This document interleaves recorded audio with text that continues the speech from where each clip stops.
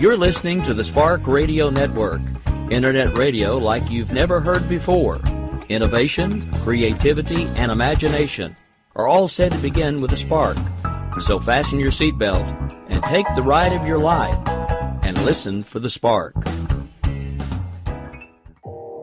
You are listening to KLRN Radio, where liberty and reason still reign. Good morning. So glad you're here. Life is sweet here at FLO'S Focus. Pull up a chair. The coffee's perked, so go ahead, pour yourself a cup. Let's have some fun and see what we can find to explore today. Howdy. Welcome to the Ozarks. It's great to have you here.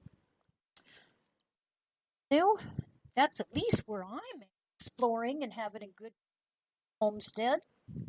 This last week, the biggest event around here, Culture Days. Wish you could have been here. There was free food, great bluegrass and/or country bands, and booths with groups from the surrounding area. I'm telling you, those groups, they had a lot of goodies going on. I guess when it comes to the booths, yes, my favorite would be Republican Women of Carroll County and the Amish Baked Goods. Boy, those baked goods at those delicious. Those Amish women really know how to bake. They are really sweet women too, and they bake. Oh boy, do they bake. Well, I got some chocolate oatmeal bars, and they were so good. And then the next day, I got a pecan pie. See, it's really something I've done since I used to live here. On Christmas, I'd take her a pecan Christmas. That was one of my Christmas presents to them. She was busy raising 4 kids, and I liked bringing it to her. I had time to do it. She sure enjoyed them. Well, I was busy, but I always took time. She just bragged on it, and that always next year. Well, now her kids are grown, and she Springs hotels something, but she still works hard. Well, she works in Eureka Springs. Boy, is it different. I mean, different as night and day from Green Forest and Berry. Its founding history was quite different, so I guess that kind of led it in a different direction. Speaking of history, made us what we are today. Well, a lot of history is boring, say. In Arkansas, they say we're kind of history because we're 10 years. If that's true, hope it continues. Sure hope it stays that way. There are some bad parts around here. No place is perfect. Here down the road are 100 or so roosters. Small place, I think it's like a crate. It's definitely not a chicken coop.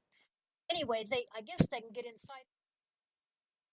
Chickens aren't hens and roosters like you'd expect. They're all roosters. About say, all chained, 2 dogs that protect them. Well, I think what they use them for is cockfights. We don't have proof of that. Host doggy in the background, he thinks it's true too. She thinks it's true. Pardon me, madam. Pardon me. Okay, I got that straight. I guess she's really talking about those roosters. She doesn't like that. Why else would you keep unless you're planning on that many? Well, how are you going to prove they're in cockfights, though? You got to have some real... I don't think we have that. So, I guess those poor chickens, well, they're left to whatever the greater organizations can do for them or will do for them. They're talkative in the morning, but living in the country, well, that's part of it. We don't really have a noise level here that has to be controlled. So you can go out, you can shoot your gun, you can listen to the roosters, you can do whatever you want to do. And I kind of like that, actually. The other negative part, though, I'm talking about is we also have, in the past, spell real trouble. I mean, real trouble.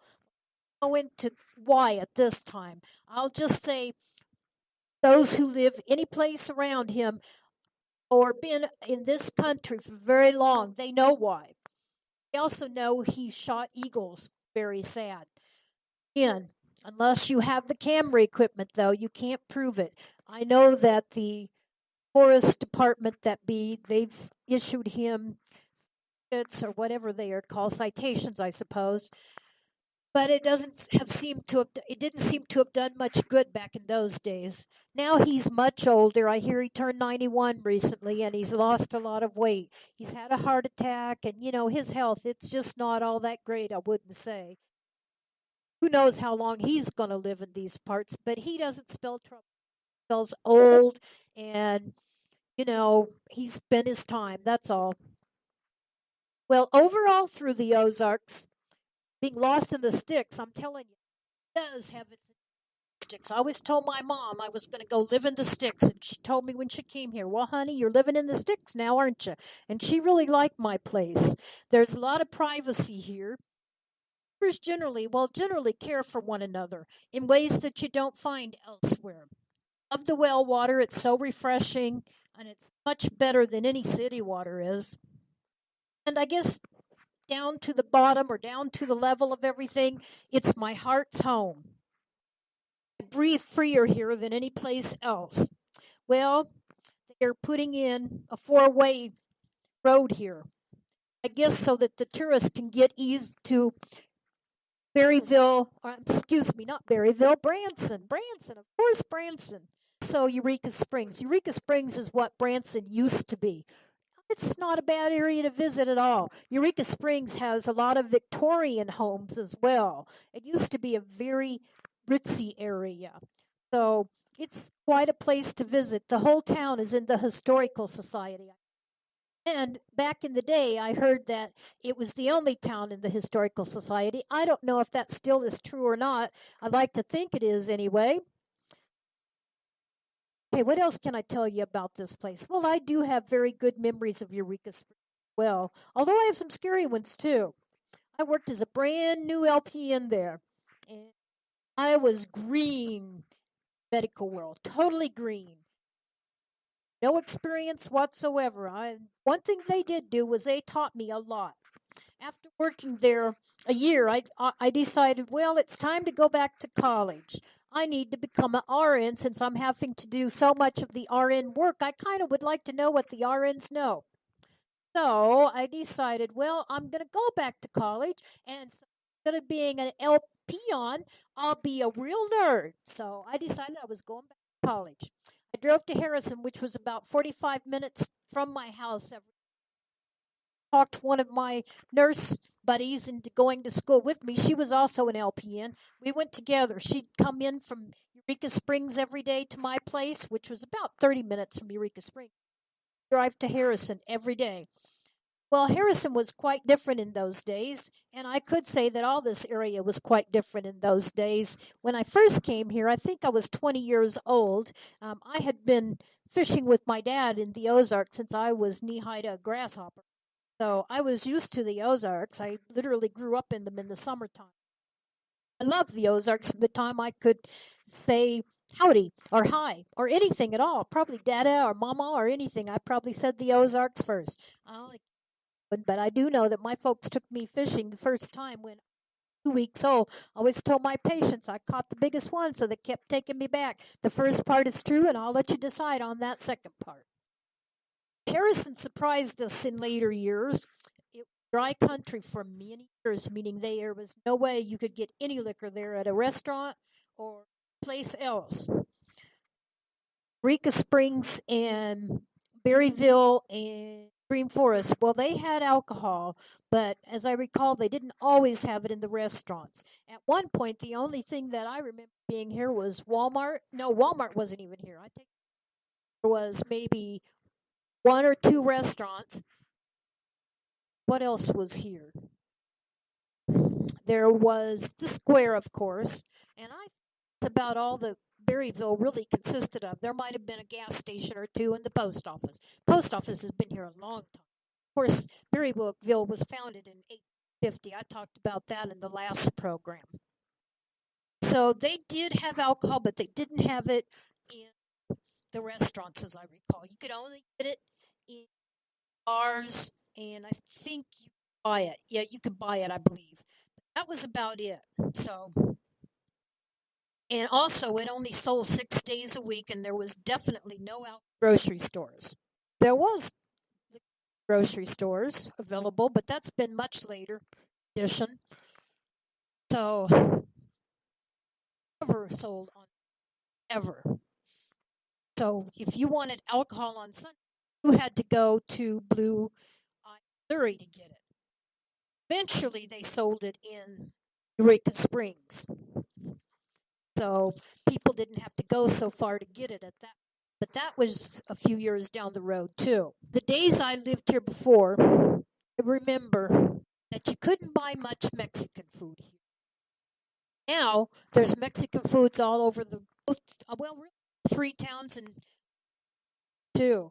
I remember though back when they didn't have but two Mexican restaurants, and one was up in Harrison. I went up there, and I just came out of Colorado, so I was used to green chili, and I asked for a bowl of green chili, and they looked at me and they just looked so shocked, and the waitress replied, "Well, our chili is the same color as anybody else's."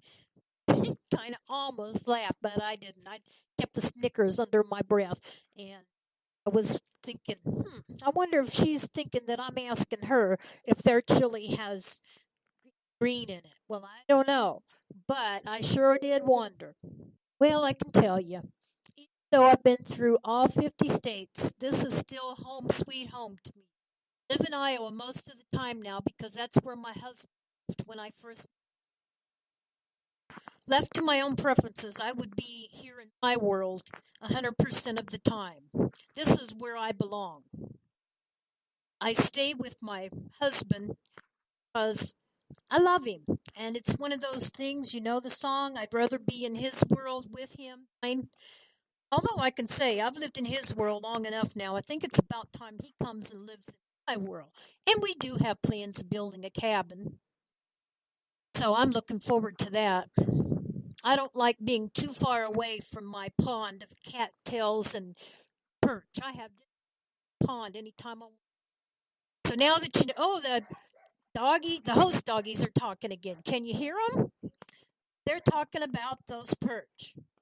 See, those perch sure would taste good if I'd cook up some and serve them. Yum. And you know, when I was in Alaska, one of my host doggies, they did have salmon, and they thought that was so good. Boy, they are sure remembering.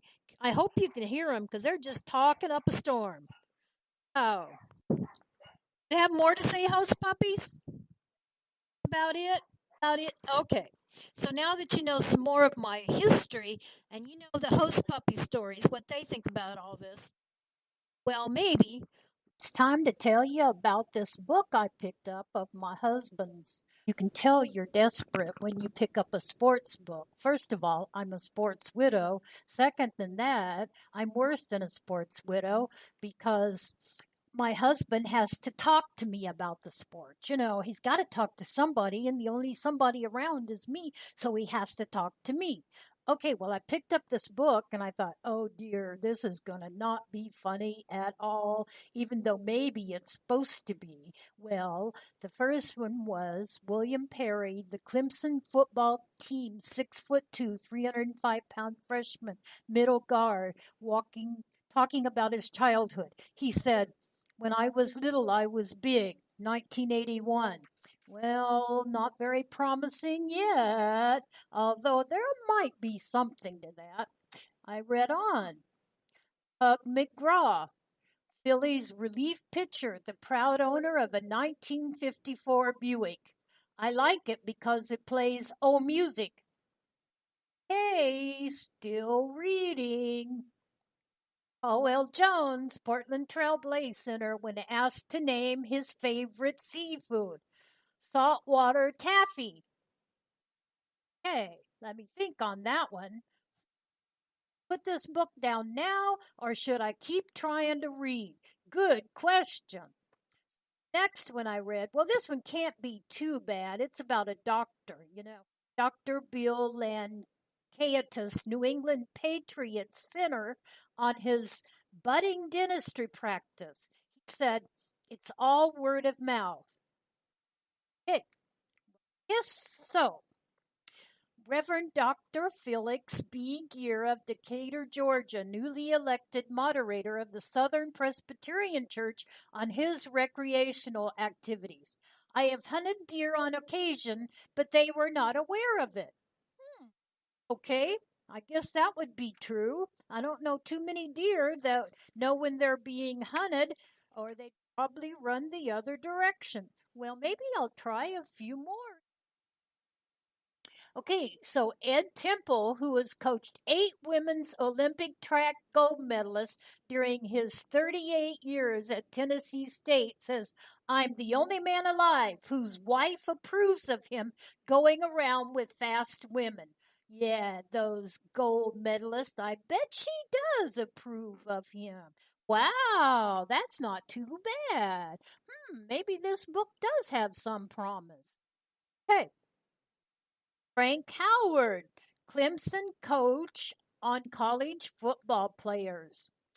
Like tomatoes, when you get them, they're green, and you want to bring them along until they're just ripe, firm and ripe. They can't get mushy. Sometimes seniors go to seed. Okay, I guess I can understand that. Maybe this book does have some promise. And so they say that they said it. 200 of the funniest sports quips and quotes. Well, that's not too bad so far. Harry Hardsman, University of Washington basketball coach, explaining why favors Mary? No, Marv. He favors size over speed. Okay, it can't be too bad. Quick guys get tired, big guys don't shrink. Well, that really makes sense, especially after I called him Mary. Goodness. This chapter is called Pearl Before Swines. It's getting better. Henry Toscano, golf pro, asked by an acquaintance how he was playing. I'm hitting the woods just great, but I'm having a terrible time getting out of them. And Rodney Dangerfield, comedian, said, I went to a fight the other night and a hockey game broke out. Ducky darn. So far, so good.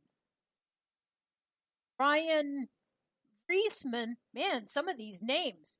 6'5", Hope College forward, on who had the most influence on his basketball career.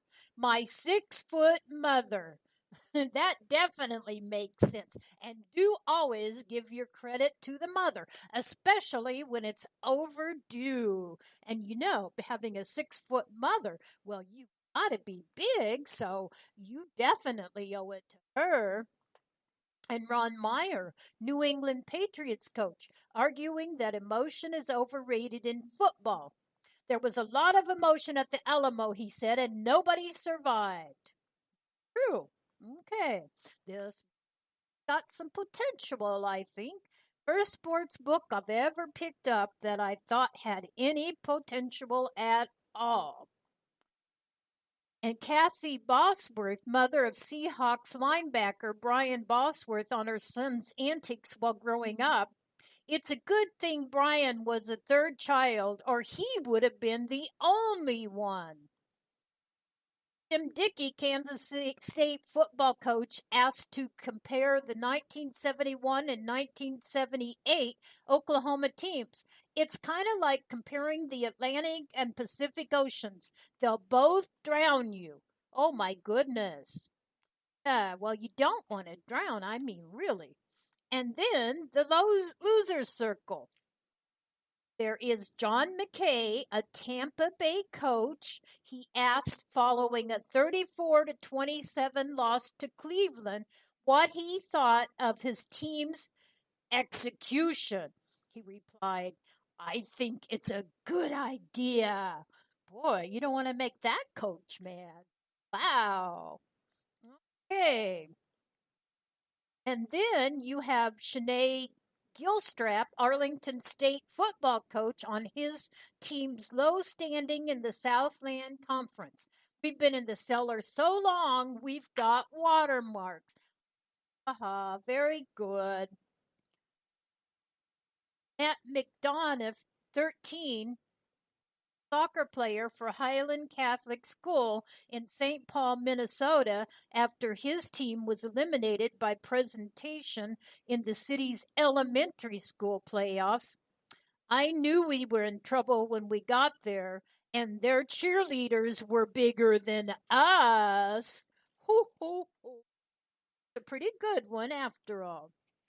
Jim Fox, Los Angeles Kings, right wing, complaining about the surface at a Culver City, California practice rink. I've seen better ice on my windshield. These are all great, and this book was published back in 1990, so all of them were older athletes. Yeah, so that makes it even more fun. Mona Shola of the Minnesota Buckskins assessing her tennis game. My volley is blah. I'm a dead elephant on the court. My serve has no sting, and I am confused. Other than that, I'm a fine player. Aha, good for you. Billy Caper discussing the senior golf circuit on which he now plays. Like a lot of fellas around here, I have a furniture problem. My chest has fallen into my drawers. Boy, that is a problem. Mike Eisenberg, 5'10", 120-pound basketball coach at New York City Technical College, describing the effect created when he stands next to a 6'6", 133-pound guard, Martin Lancewell. We look like the number 10. Oh my, poor coach. Miller Barber says, I don't say my golf game is bad, but if I grew tomatoes, they'd come up sliced. Hee hee. Bill Fitch, Boston Celtics coach. I don't have an ulcer. I'm a carrier. I give them to other people. Oh my. Mrs. John Leslie, referring to Cincinnati Bengal defense tackle Mike Reed's recital before her music club. Not only can play the piano, he can pick it up. Wow, I'm impressed. Ben Jardine, football coach at Brown. In my first game as a head coach, I discovered there wasn't any chalk for my pregame discussion. I had to use my ulcer pills to write on the board. Oh, poor guy. Charles Conrad, Apollo 12 astronaut, explaining why it will be fun to play golf on the moon someday. Not only will you be able to hit the ball a mile, but because there's no atmosphere, you won't have a slice or a hook. Yay! Lou Holtz, coach of Orange Bowbound, Arkansas, asked about fans who pelted the field with oranges during the SMU game. I'm glad we're not going to the Gator Bowl. I guess I can't blame him for that one. I don't like gators, and I never have since I was a little girl. Dick Farrell conceding that the 32-degree Florida temperature might have helped his 3-hit pitching for Houston. It was so cold that ice was forming on my spitter. Oh my, that is cold. Poor guy. George Webster, Houston Oiler linebacker on his off-season job as a car salesman. I haven't sold any yet, but I've been in field goal range a couple of times. Keep on trying, buddy. You'll get there. Lou Burdett, Angels pitcher, asked about a batted ball which bounced off his leg and into the glove of teammate Joe Adcock. This wasn't my best asset. I once started a double play with my forehead. Oh, dear. And then we have Barbara Romack after playing a round of golf with Jack Nicklaus. My tee shots felt like I was hitting overripe tomatoes. Yep, we've heard about those tomatoes a couple places. Glenn, with a real long name, Koslowski, must be Norwegian, BYU co-captain and wide receiver on the Mormon Church's influence on the campus. They let you chase girls, they just don't let you catch them. Dick Allen on why he takes as little batting practice as possible with the Chicago White Sox. Your body is just like a bar of soap. It gradually wears down from repeated use. Yes, I have to concede that this particular book wasn't so bad after all.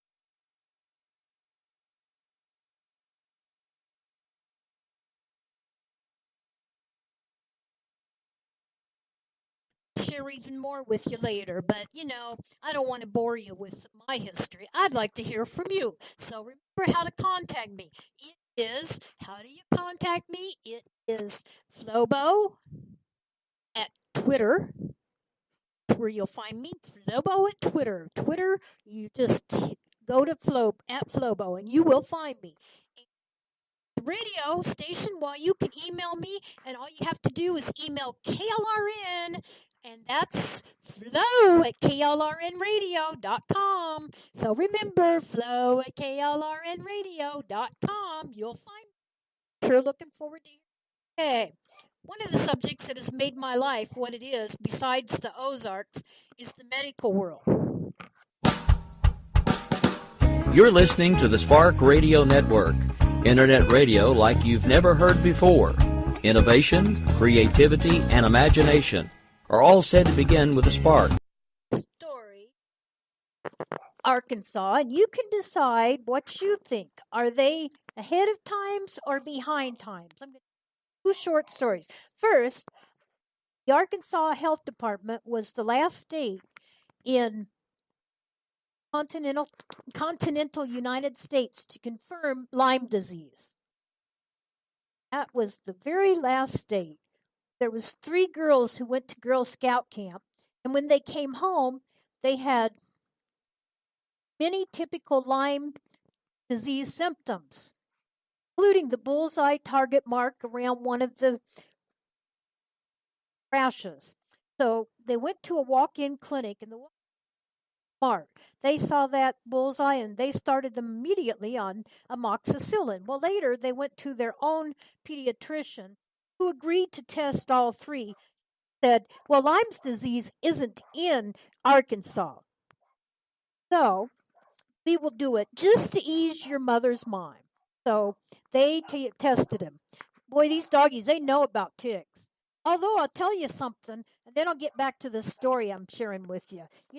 With our doggies, we have pills that we can give them, and they're safe from ticks or fleas or any of that stuff for 3 months. Yep, host puppies can go wherever they want to in Arkansas for 3 months. Well, if you don't want to use the pills because they're kind of costly, there's also drops that you can put between their shoulder blades, put it down the length of their bodies, and they're protected for a month. Now, if they can do this for our host puppies and our fur babies, why can they not come up with some beings? Wouldn't that be once and be safe from all those pests in Arkansas or any place else you wanted to go? Well, I just don't understand why they don't have something like that. Do you? Well, I'd sure like to hear from you at Flo at KLRNradio.com. We're again, Flo at KLRNradio.com. You don't want to hear me sing. My husband always says, oh, hush, don't sing. Please don't sing. But I just had to tell you about that. Okay, now back to the Girl Scouts. They were at the pediatrician's office, and the pediatrician was going to go ahead and test the girls to ease their mother's mind. She knew that they didn't have Lyme disease in Arkansas. Well, he tested via the CDC testing criteria, and sure enough, 2 of them tested back positive. Evidently, one was going to test positive later on and have symptoms, but not just quite yet. So once they tested positive, Arkansas had to admit that, yes, Lyme's disease is in Arkansas, and there's other tick-carrying diseases in the state. So the tick bites, yes, they carry diseases. So be careful when you tick bites. CDC, they make it kind of difficult to confirm that someone has Lyme disease because they use what's it called? That one test. I can't think of the name of it right now. I think it's something like the Western blot test that CDC uses. And it's somewhat difficult to confirm because someone who has Lyme's early on, it might not show. So there was a case of a nurse that I read about in a few articles, and she had Lyme disease, but the doctor didn't diagnose this right, and for 5 years she was on a different antibiotic, and she said that she felt like she really lost a lot because of being on the wrong medicines. Have the bull's eye, that Lyme's is often associated with. So the doctor in Arkansas, they weren't used to Lyme, and since she didn't have typical symptoms, they missed it. And so she didn't get started on the right antibiotics, and her organ, she said, suffered. And she said that's why partially she thought she had diabetes as well. There's some interesting articles out there about her. Registered nurse, so you can read about her yourself. She's an interesting person. Just look up the registered nurse who had Lyme disease in Arkansas. You probably come up with something from that. Well, did you know that ticks can survive the washer and dryer unless dried an extra hour after the clothes are dried? Isn't that? Little critters can they're used to the heat of Arkansas. I guess that explains that. They can survive in a shower and a bath too. I had one on my head one time. I didn't know it was there. And I took showers, and I washed my hair. I didn't really feel it for a while there. And then I felt a bump and I thought, what the world? So I asked somebody and they said, why, you have a tick in your head. And they took it out for me. Thankfully, I didn't have any diseases from it. But yeah, it had survived a couple showers. So they really can survive showers. They're really something. Be aware of the ticks and remember, Arkansas was the last of the continental states to confirm that we had we had Lyme's disease in this state. Okay, now forward thinking regarding marijuana in Arkansas. We really be forward thinking regarding marijuana? Well, I don't know, and it's going to have to be. But it is now legal to use marijuana for 17 medical conditions. Lately, I've been reading many articles regarding marijuana oil, especially, and use of marijuana oil with cancer. I read one article that stated that this person had stage 4 cancer, but he used marijuana oil and it cured his cancer. I'm not too sure about that, but if it helps, use it. And he did have medical proof of this, which is interesting. And the doctors that I work with in Springs, they are advocating for a marijuana medical center to be put into Eureka Springs, which I think it could be very interesting if they do so. It'll be interesting to see what the results changes this area down here. So we'll have to keep up with that.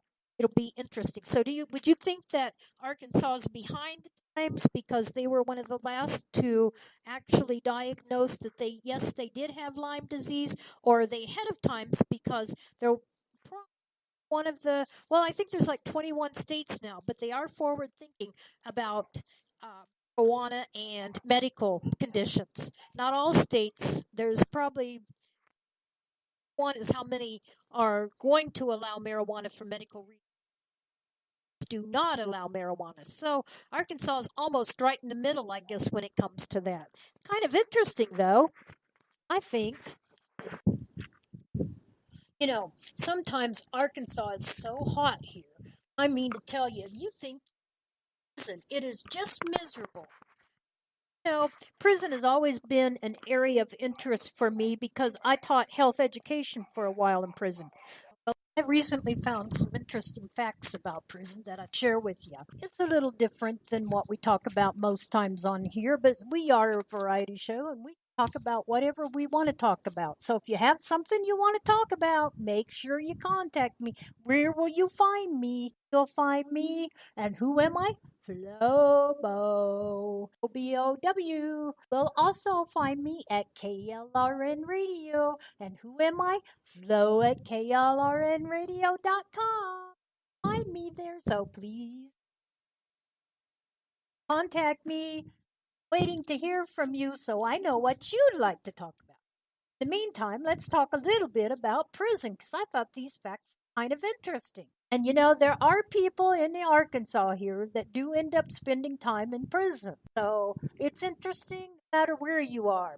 Okay, the American criminal justice system holds more than 2.3 million people in 1,719 state prisons, 102 federal prisons, 942 juvenile correctional facilities, 3,283 local jails, and 79 Indian country jails, well as in military, immigration detention facilities, civil commitment centers, and prisons in the United States.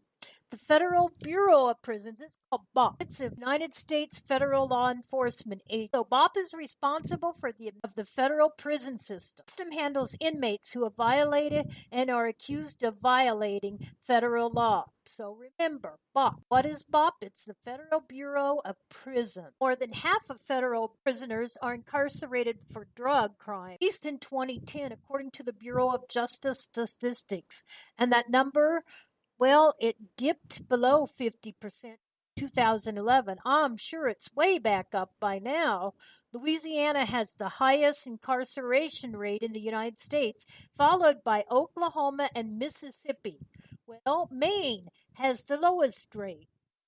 San Quentin State Prison is California's oldest detention facility. Half of the world's prison population of about 9 million is held in states, China, or Russia. Rates in the United States are the world's highest at 724 people per thousand. In Russia, the rate is 501. At 145 per 100,000, the imprisonment rate of England and Wales is about the midpoint.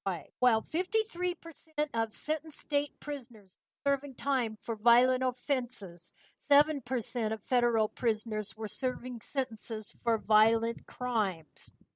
Among female federal prisoners, 59% serving sentences for drug offenses compared to 49% of males in 2010, just 7 years ago. Adult black non-Hispanic males were incarcerated at the rate of 4,300 per 100,000 residents of the same. Adult white males were incarcerated at the rate of 678 inmates per 100,000 U.S. residents, and I don't think it's changed a whole lot. There is a special kind of federal prison called Supermax.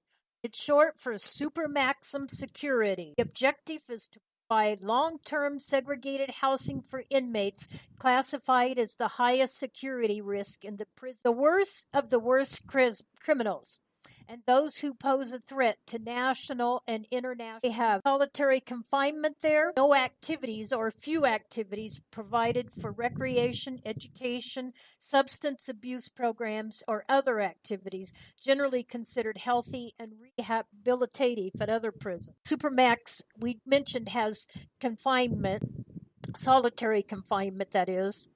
They rely heavily on that. It's used to isolate and punish prisoners as well as to protect them from themselves and each other. Communication with outsiders is minimal. In Supermax, prisoners are generally allowed out of their cells for only 1 hour a day, 1.5 hours in California state. Other than that, they are kept in solitary confinement. They receive their meals through ports in the doors of their cells. Supermax inmates are allowed to exercise. This may take place in a small enclosed area where the prisoner will exercise alone. Cell doors are usually opaque while the cells may be windowless. Conditions are plain with poured concrete or metal furniture is common. Cell walls and sometimes plumbing may be soundproofed to prevent communication between the inmates. United States Penitentiary Alcatraz Island opened in 1934 and has been considered a prototype and early standard for a Supermax prison. Dubbed the electronic by inmates. Supermax prisons began to proliferate within the United States after 1984. Prior to 1984, only one prison in the U.S. met Supermax standards, and that was the Federal Penitentiary in Marion, Illinois. By 1999, the United States contained at least 57 supermax facilities spread from across 30 to 34 states. The push for this type of prison came after two correctional officers at Marion, Merle Cloughs and Robert Hoffman, were stabbed to death in two separate incidents by inmates Thomas Silverstein and Clayton Fountain. This prompted Norman Carlson, director of the Federal Bureau of Prisons, to call for a new type of prison to isolate uncontrollable inmates. Carlson's view, both such a prison was the only way to deal with inmates who show absolutely no concern for human life. Federal Bureau of Prisons solitary confinement units are known as special housing units. For years, a number of United States have downgraded their supermax prison. We're not talking federal here, we're state, as has been done with Wallens Ridge State Prison, a former supermax prison in Big Stone Gap, Virginia. Other supermax prisons that have gained notoriety for their harsh conditions and attendant litigation by inmates and advocates are the former Boscobel in Wisconsin, now named the Wisconsin Secure Program Facility, Red Onion State Prison in Western Virginia, the twin to Wallens Ridge State, Hams in Illinois, and the Ohio State Penitentiary. We have to stop and pay some bills.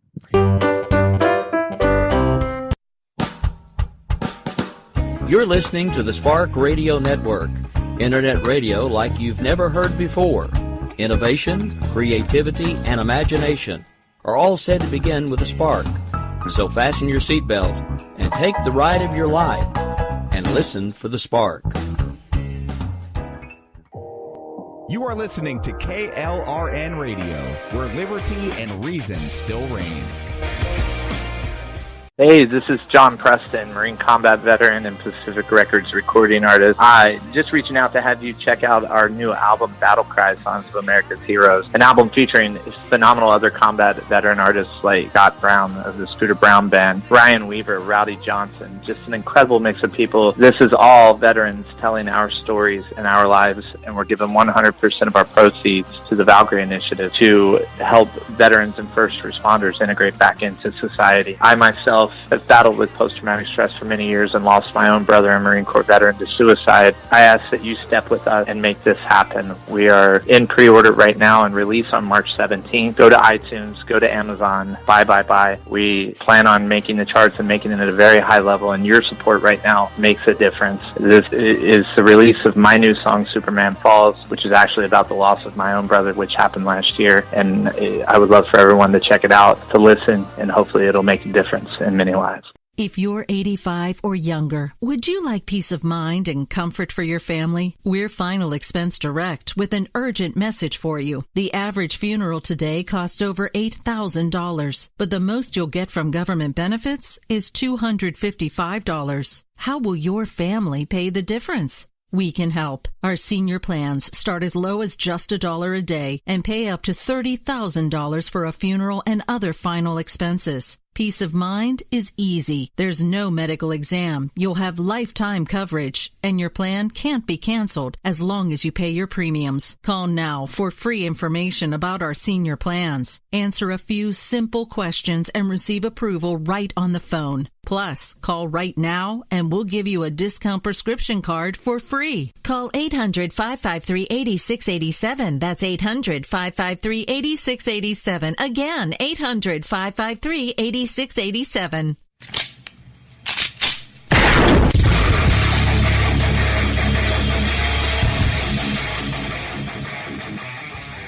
This is Slickery Trigger for Rebel Road Tactical.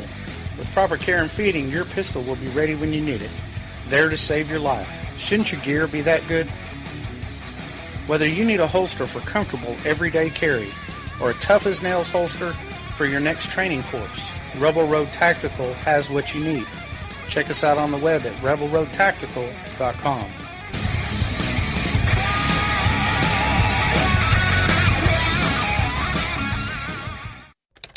Sometimes riders feel lost, unsure why a passage may not be working. It takes another set of eyes to help us nurture our writing into full maturity. At Black Wolf Editorial Services, we strive to enable writers to develop and grow, offering manuscript critiques and line edits through a mentoring editorial style. We also offer assistance on generating a writer's bio for your websites. Black Wolf Editorial Services, nurturing your writing into maturity. For a full list of services, visit blackwolfeditorial.com. Here's George Foreman with InventHelp. Hi, I'm George Foreman. Do you have an idea for a new product or invention? People ask me all the time, George, how do I get my idea in front of companies? How do I get a patent? What do I do next? Do you have the same questions? I'll tell you like I'll tell them all. Call my friends at InventHelp. Call InventHelp today for free information. InventHelp has been helping inventors for more than 30 years and has sales offices nationwide. InventHelp can submit your invention to companies who are interested in receiving new ideas. If you have an idea and want to try to patent it and submit it to companies, you should call InventHelp today for free information. Listen, I can't guarantee a company will be interested in your idea, but I believe every inventor deserves the opportunity to step into the ring and take their best shot. Put InventHelp in your corner. To get your free inventor's information, call 1-800-353-6490. That's 1-800-353-6490. Again, 1-800-353-6490. KLRN Radio has advertising rates available. We have rates to fit almost any budget. Contact us at advertising@klrnradio.com.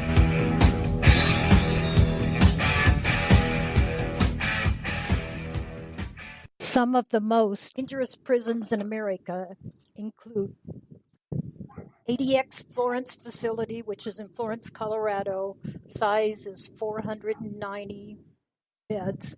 Famous inmates include Ted Kaczynski, the Unabomber, Larry Hoover, and Timothy McVeigh. United States Penitentiary Administration Maximum Facility is a supermax prison. Men. It's known as the Alcatraz of the Rockies. It's operated by the Federal Bureau of Prisons, so the BOP. It houses the prisoners who are deemed the most dangerous and in need of the tightest control of all the prisoners within the United States federal prison system. Second one is California's only death row for inmates, the largest in the U.S.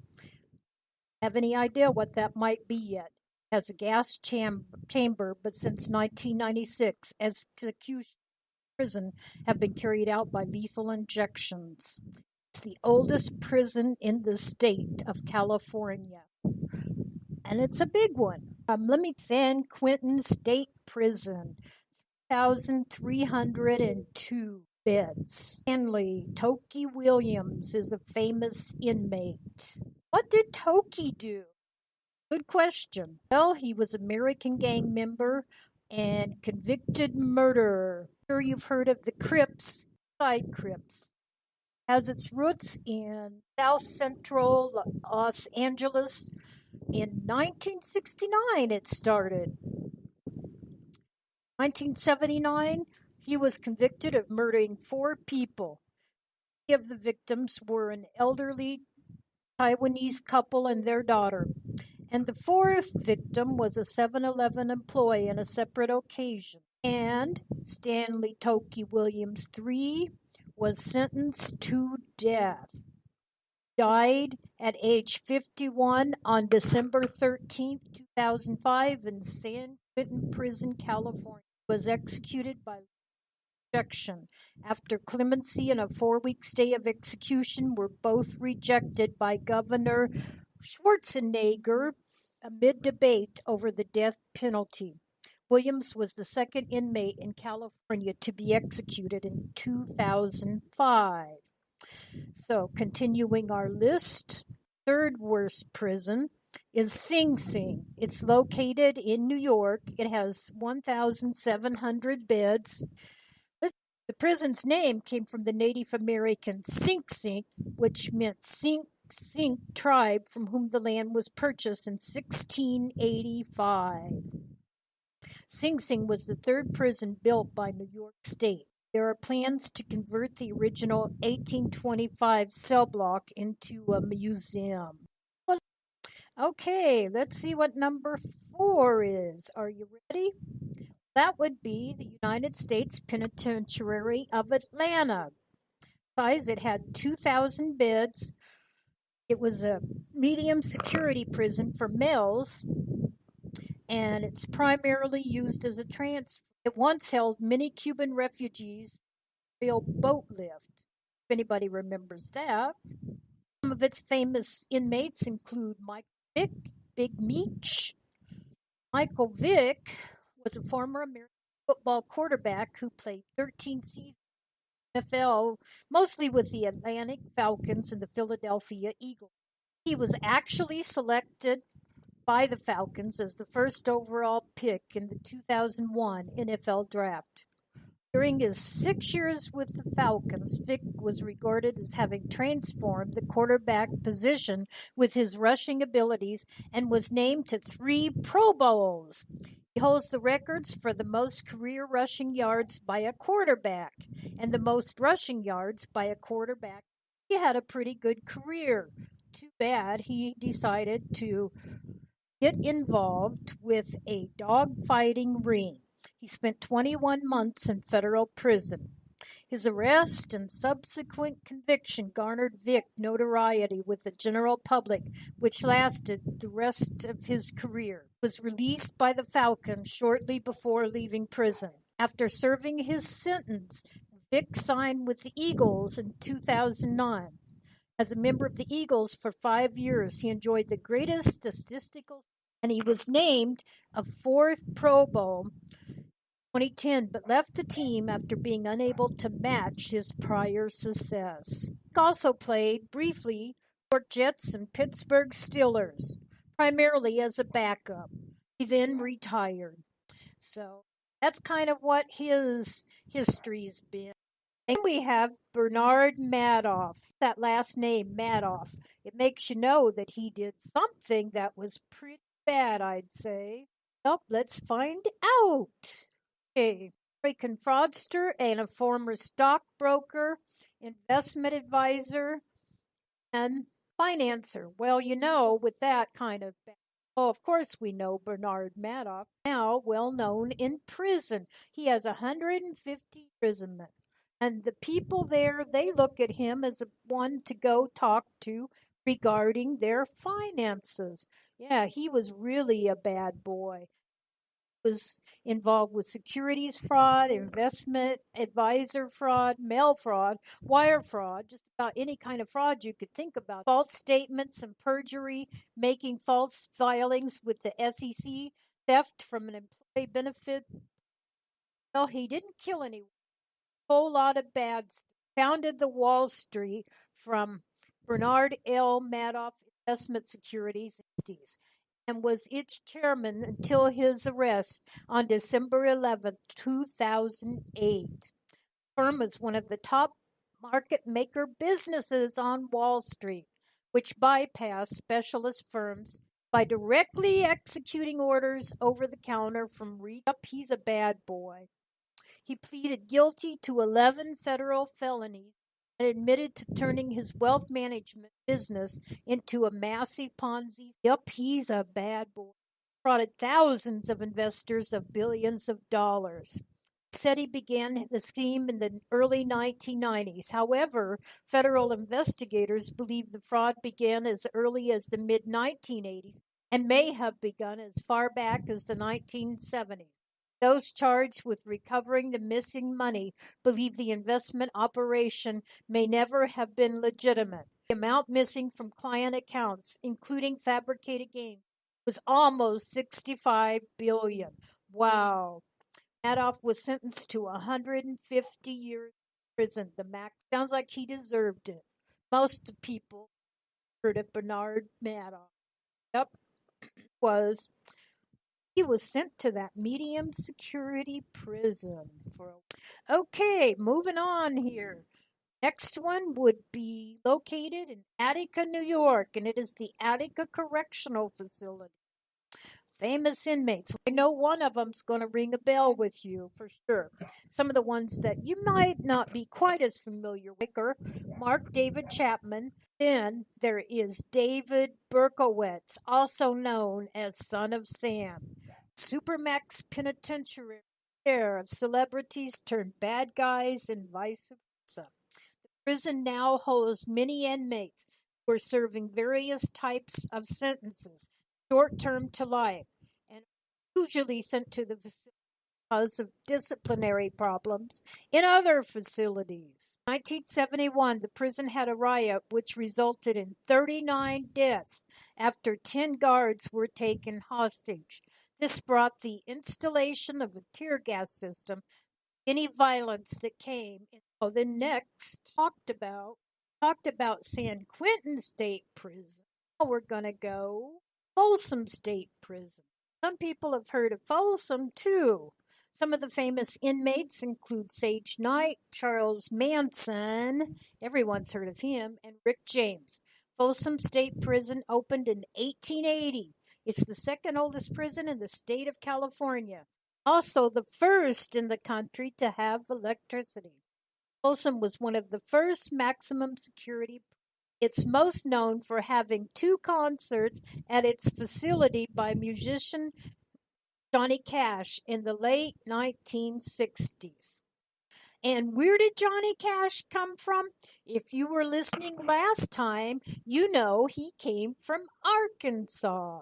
Folsom State Prison has 1,813 beds. And you know what Charles Manson did? It's Rick James. Anybody know Rick James? Was an American musician, also known as Big Jimmy.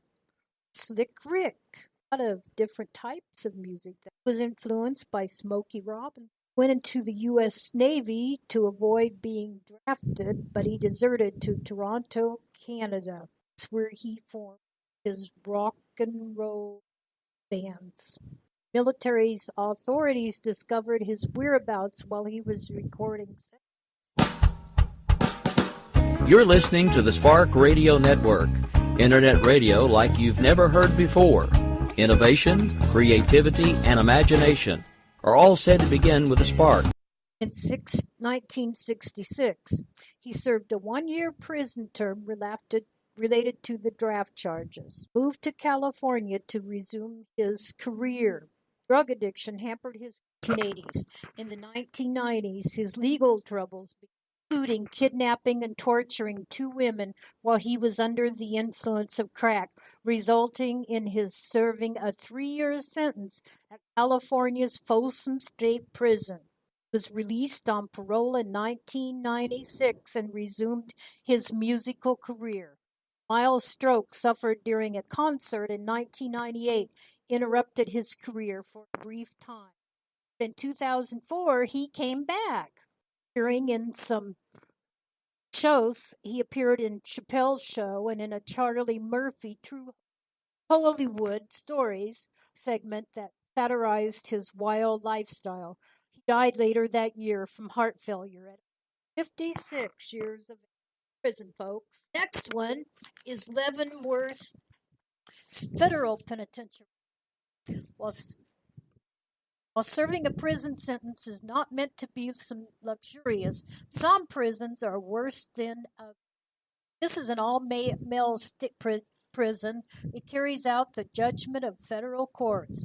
It houses some of the most dangerous criminals in the country and places them under some of the most repressive conditions, including a lack of ventilation. Notable inmates include Michael Vick Bugs Moran and George Machine Gun Kelly. Also, the native activist Leonard Peltier was there for a while.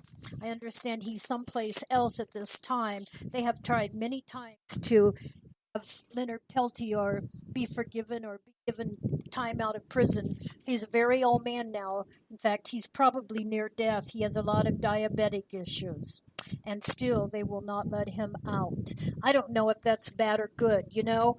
They say he was the real life Billy Jack. I don't know if that's true.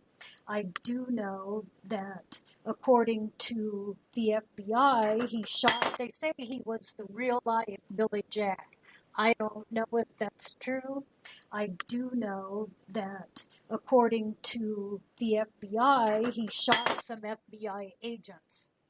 There are many other prisons in America that are some of the worst, notorious, and problematic correctional facilities there are in this country. Really do cause concerns. And there's a great controversy when it comes to super housing unit prisons. It's very controversial. Some claim that the living conditions in such facilities violate the United States Constitution, specifically the Eighth Amendment. There you will find that there is a prescription against cruel and unusual punishments. In 1996, a United Nations team assigned to investigate torture described SHU conditions as inhuman and degrading. In 2012, a federal class action suit against the Federal Bureau of Prisons and officials who ran ADX Florence SHU alleged chronic abuse, failure to properly diagnose prisoners, and neglect of prisoners who were seriously mentally ill. The suit was dismissed. Well, it kind of makes me wonder, where does the victim come in? People such as Charles Manson, I have very little sympathy or even empathy. Listen to him talk. I think the man is still crazy. So I highly suggest that we take into consideration some of the awful torture that their victims went through. Then maybe we will feel different about some of the worst prisoners being in some of these particular types of prisons. There is issues with the privatization of prisons, and it can be traced back in history and in fact all the way to the American Revolution. Where were you supposed to put criminals? How could you ship them? The undesirables, you were deprived of the ability, if you were England, to ship criminals and undesirables to the colonies. So Great Britain began placing them on prison ships, and they moored them in English ports. So there you have it, 1852, the Northwest San Francisco Bay in California, inmates of the prison ship Waban began building a to house themselves at Point Quentin. The prison became known as San Quentin, which is still in operation today. Its partial transfer of prison administration from private to public did not mark the end of privatization.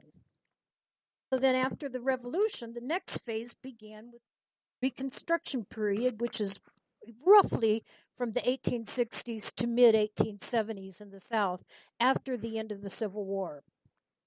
So plantations and businessmen needed to find replacements for the labor force once their slaves had been freed. Beginning in 1868, convict leases were issued to private parties to supplement their workforce. This system remained in place until the early 20th century. Federal and state governments have a long history of contracting out specific services to private firms, including medical services, food preparation, vocational training, and inmate transportation. The 1980s ushered in a new era of prison privatization. With prison population bulging, resulting from the war on drugs and increased use of incarceration, prison overcrowding and rising costs became very problematic for local, state, and federal governments.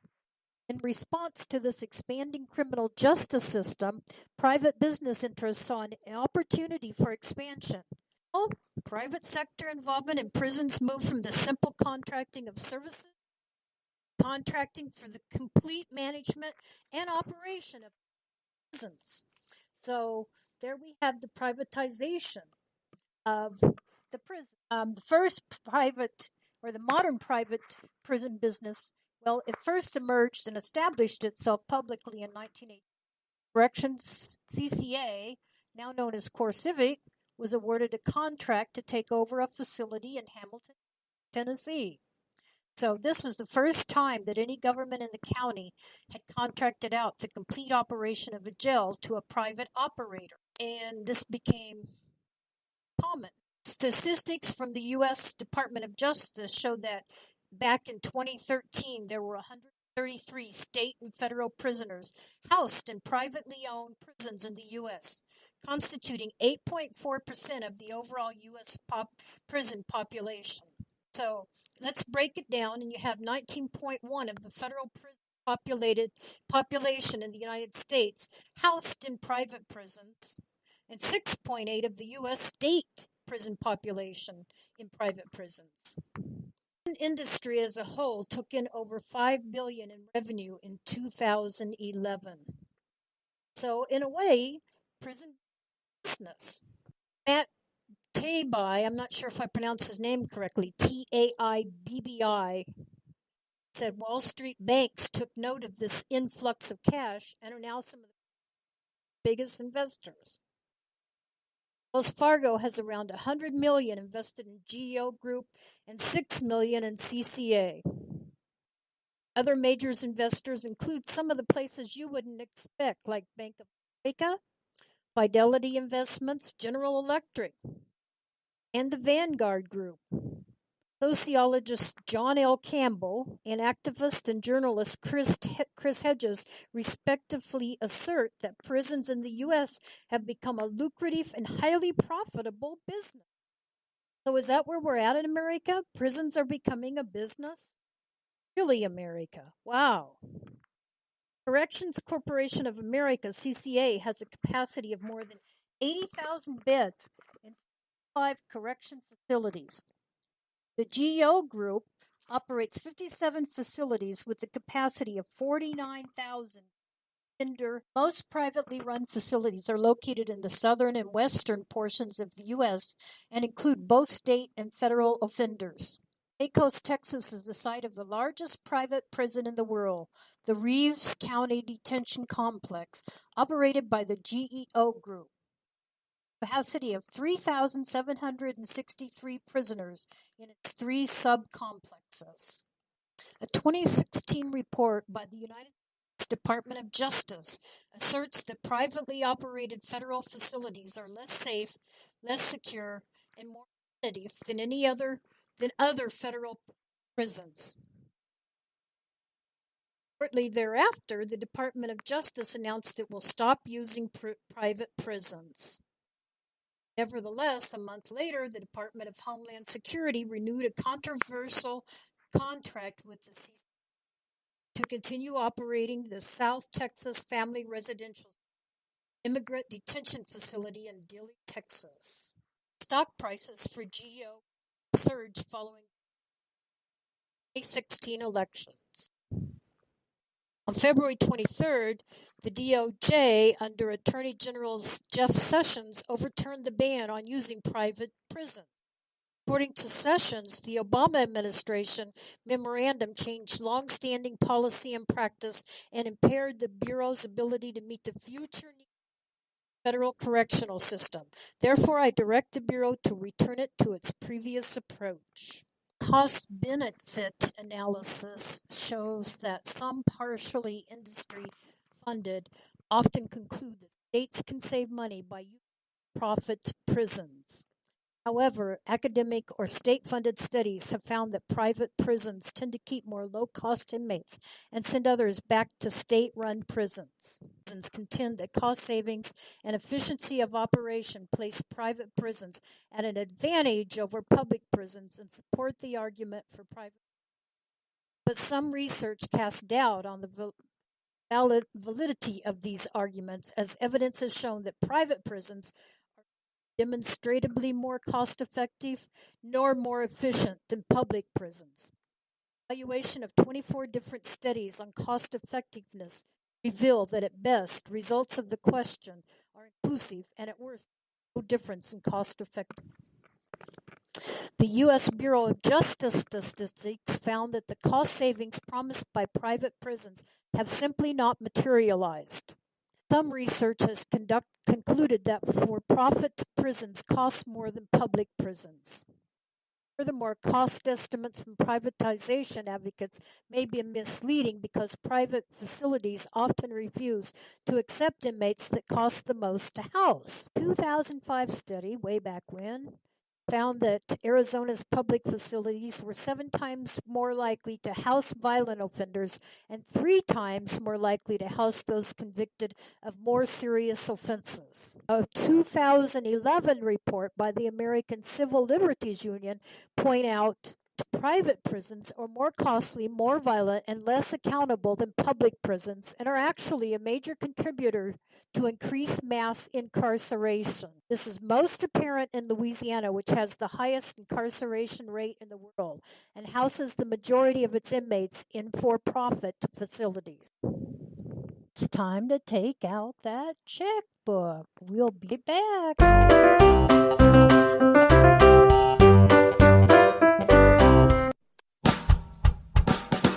You're listening to the Spark Radio Network, internet radio like you've never heard before. Innovation, creativity, and imagination are all said to begin with a spark. So fasten your seatbelt and take the ride of your life and listen for the spark. You are listening to KLRN Radio, where liberty and reason still reign. Hey, this is John Preston, Marine Combat Veteran and Pacific Records recording artist. Just reaching out to have you check out our new album, Battle Cry, Songs of America's Heroes, an album featuring phenomenal other combat veteran artists like Scott Brown of the Scooter Brown Band, Ryan Weaver, Rowdy Johnson, just an incredible mix of people. This is all veterans telling our stories and our lives, and we're giving 100% of our proceeds to the Valkyrie Initiative to help veterans and first responders integrate back into society. I myself have battled with post-traumatic stress for many years and lost my own brother, a Marine Corps veteran, to suicide. I ask that you step with us and make this happen. We are in pre-order right now and release on March 17th. Go to iTunes, go to Amazon, buy. We plan on making the charts and making it at a very high level, and your support right now makes a difference. This is the release of my new song, Superman Falls, which is actually about the loss of my own brother, which happened last year, and I would love for everyone to check it out, to listen, and hopefully it'll make a difference in many lives. If you're 85 or younger, would you like peace of mind and comfort for your family? We're Final Expense Direct with an urgent message for you. The average funeral today costs over $8,000, but the most you'll get from government benefits is $255. How will your family pay the difference?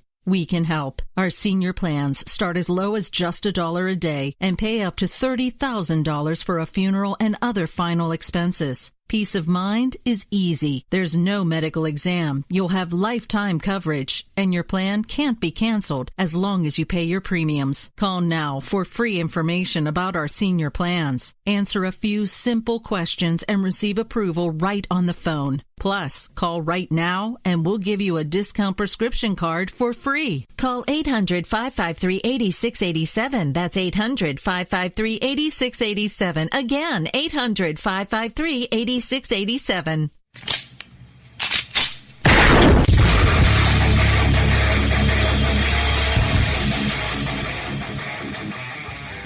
This is Slickery Trigger for Rebel Road Tactical. With proper care and feeding, your pistol will be ready when you need it. There to save your life. Shouldn't your gear be that good? Whether you need a holster for comfortable everyday carry or a tough-as-nails holster for your next training course, Rebel Road Tactical has what you need. Check us out on the web at rebelroadtactical.com.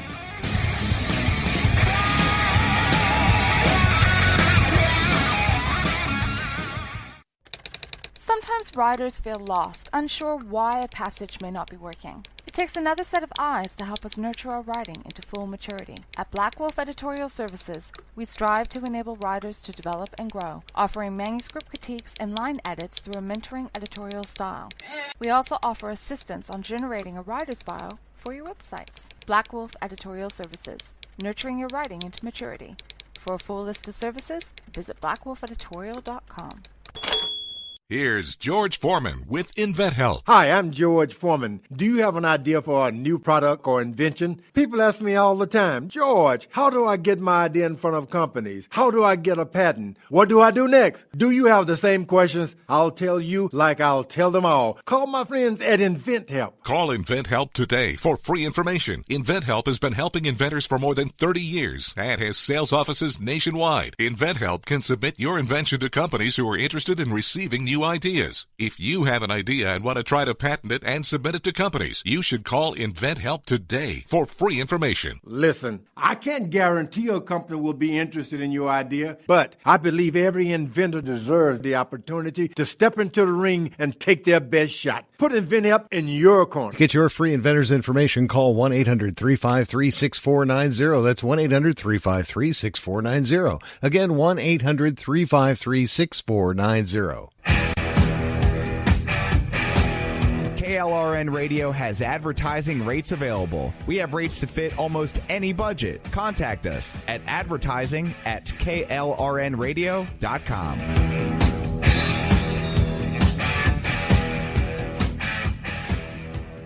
Just like we promised, we're back. A 2014 study by a doctoral candidate at UC Berkeley shows that minorities make up a greater percentage of inmates at private prisons than in their public counterparts, largely because minorities are cheaper to incarcerate. According to this study, for-profit prison operators, in particular CCA and GO Group, accumulate these low-cost inmates through explicit and implicit exemptions written into contracts between these private prison management companies and state departments of corrections. There's often inadequate staff at these private facilities, which may lead to increases in the incidence of violence and escapes. A nationwide study found that assaults on guards by inmates were 49% more frequent in private prisons than in government-run prisons. The same study revealed that assaults on fellow inmates were 65% more frequent in private prisons. The Walnut Grove Correctional Facility is now closed, but according to the journalists Margaret Newkirk and William Selway, the ratio of staff to prisoners in this prison was only 1 to 120. This prison had a bloody riot, and 6 inmates were rushed to the hospital, including one with permanent brain damage. Wonder why this prison's closed.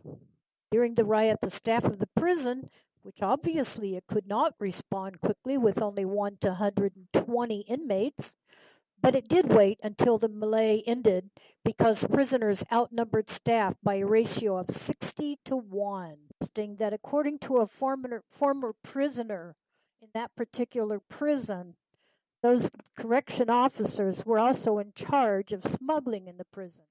To make more money, they provided prisoners everything, including weapons. Law enforcement investigations led to the exposure of a far wider web of corruption.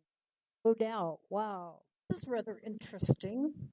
Some states tried to ban, and in fact have banned, private prisons. 4 private prison companies have built new prisons before they were awarded privatization contracts in order to lure state contract approval. 2001, Wisconsin's Joint Budget Committee recommended language to ban all future speculative prison construction in the state. Yay, Wisconsin.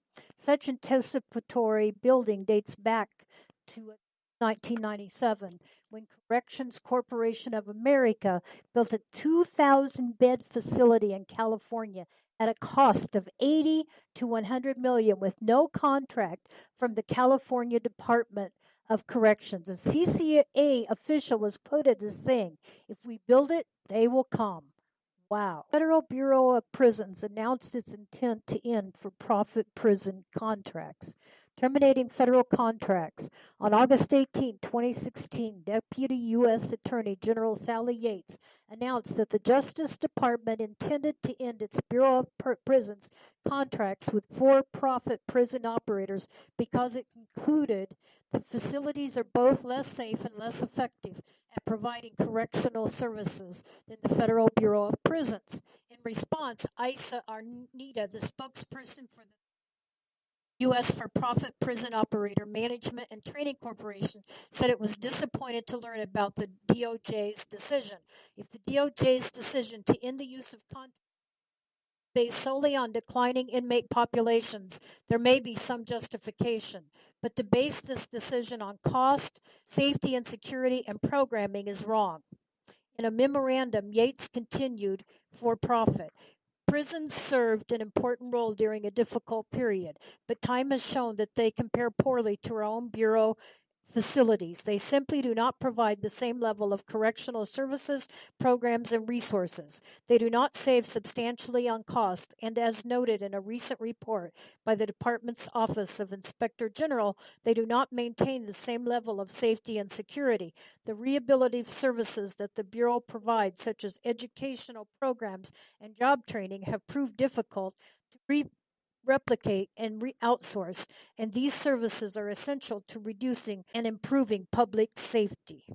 So in 2015, we ceased the privatization of jails, and in 2016, we override that, and we again start with privatization of jails and prisons, actually not jails. So what do you think?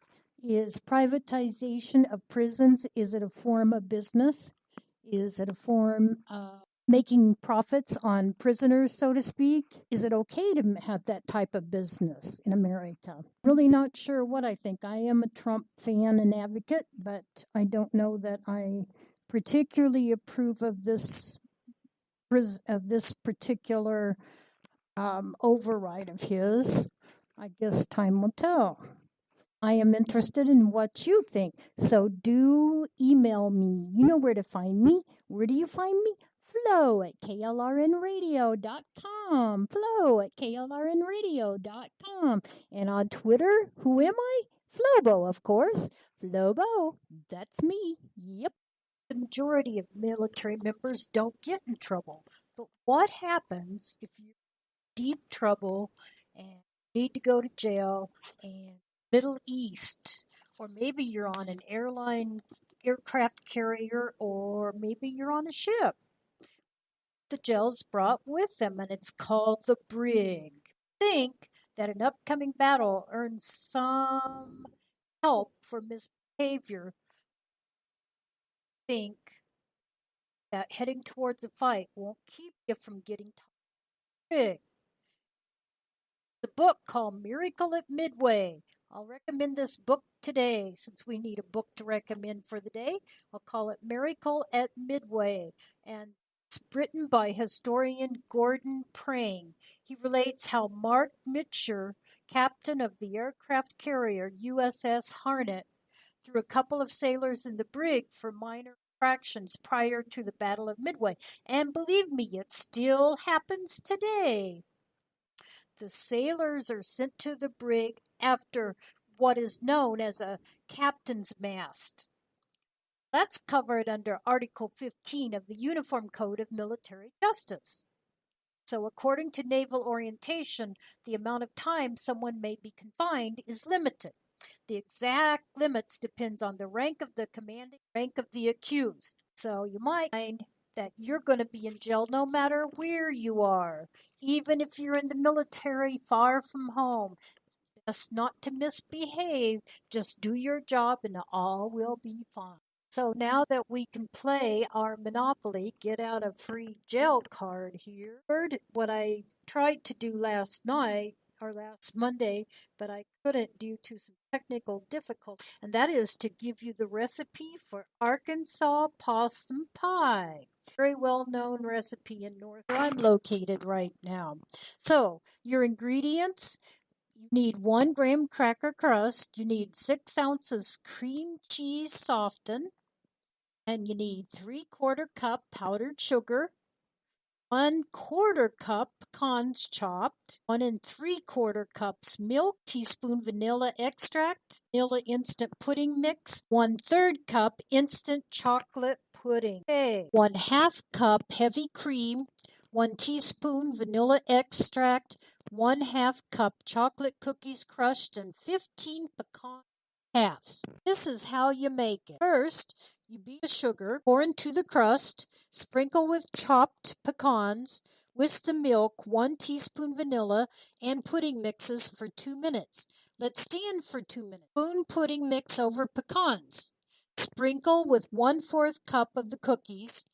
Refrigerate for 4 to 6 hours. Whipped cream with 1 teaspoon vanilla. Spread over pie. Top with pecan halves and remaining cookie crumbs. And there you have it. It's really not a hard pie to make.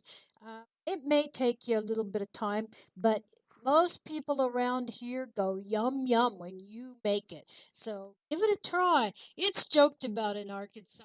Really, it's a true recipe. They even serve it at Murdy May's. And Murdy May was one of the first people that served Arkansas food, including chicken around here. So you know it has to be a pretty doggone good pie. Give it a try and let me know what you think of it. How do you find me? Oh, you know. You really do know. That you said? KLRN Radio. There you got it. Flo at KLRN Radio. That would be me, Flo at KLRN Radio. And you would find in your email, and then I will respond to it hopefully. Thanks. CDC, the Control of Centers for Disease Control and Prevention, is warning that salmonella infections are linked to live poultry and backyard flocks. Quite a bit of this lately, it seems.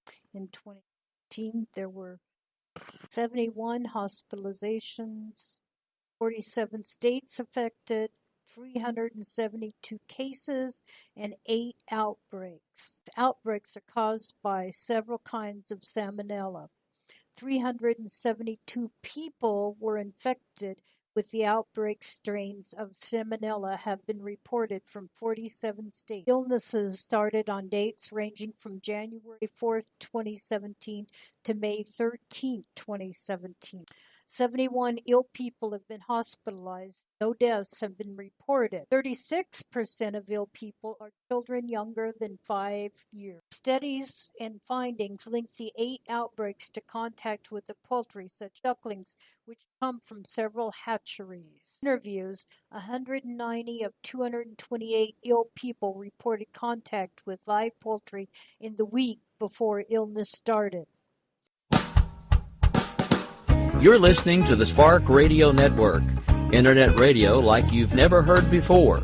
Innovation, creativity, and imagination are all said to begin with a spark. People reported purchasing live baby poultry from several sources. Contact with live poultry in the areas where they live and roam can make people sick with the salmonella infections. Chicks, ducklings, and other live poultry that look healthy and clean can carry the salmonella bacteria.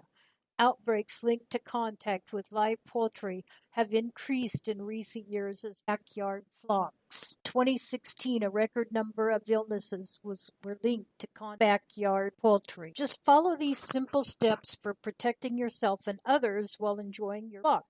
Always wash your hands thoroughly with soap and water right after anything in the area where they live and roam. Also, wash your hands after handling clothes and shoes that have touched live poultry. Adults should supervise hand washing for young children. If soap and water are not readily available, use hand sanitizer until you are able to wash your hands with soap and water.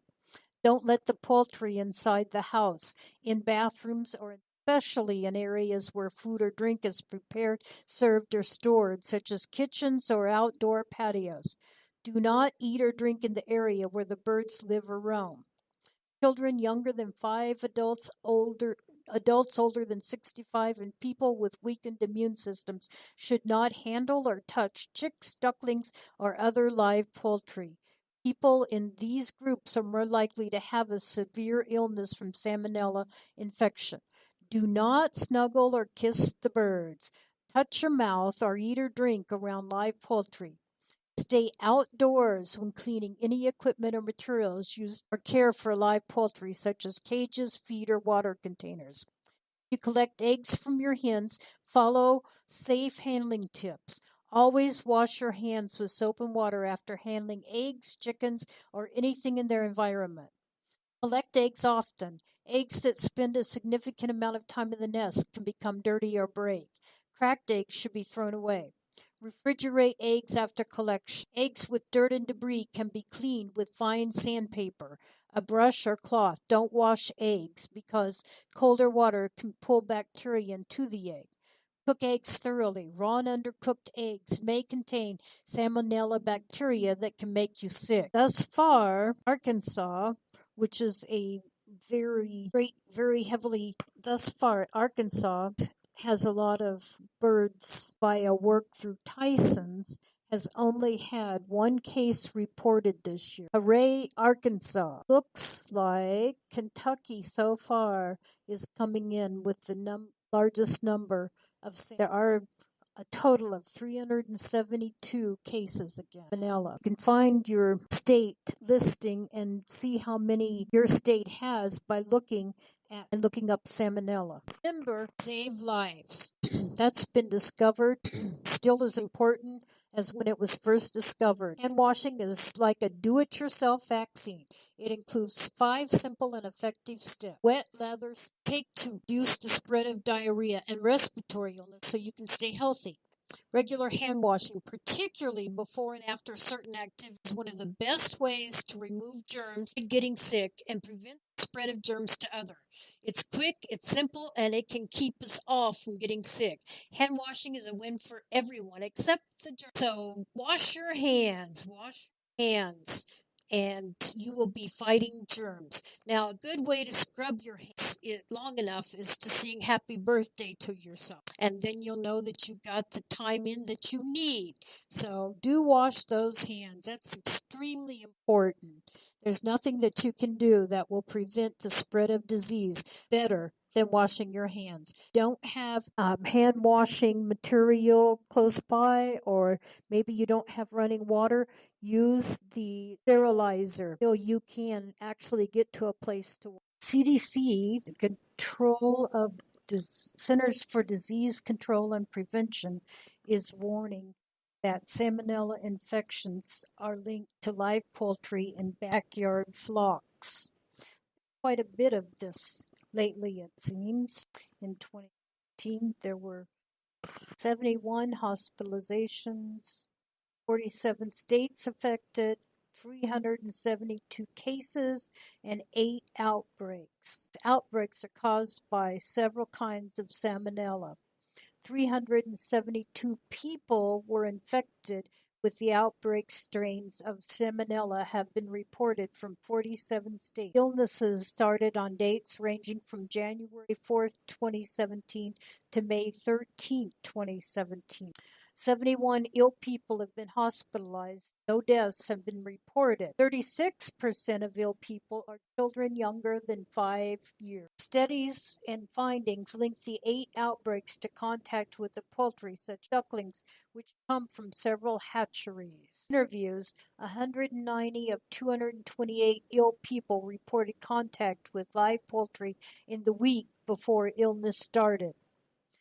People reported purchasing live baby poultry from several sources. Contact with live poultry in the areas where they live and roam can make people sick with the salmonella infections.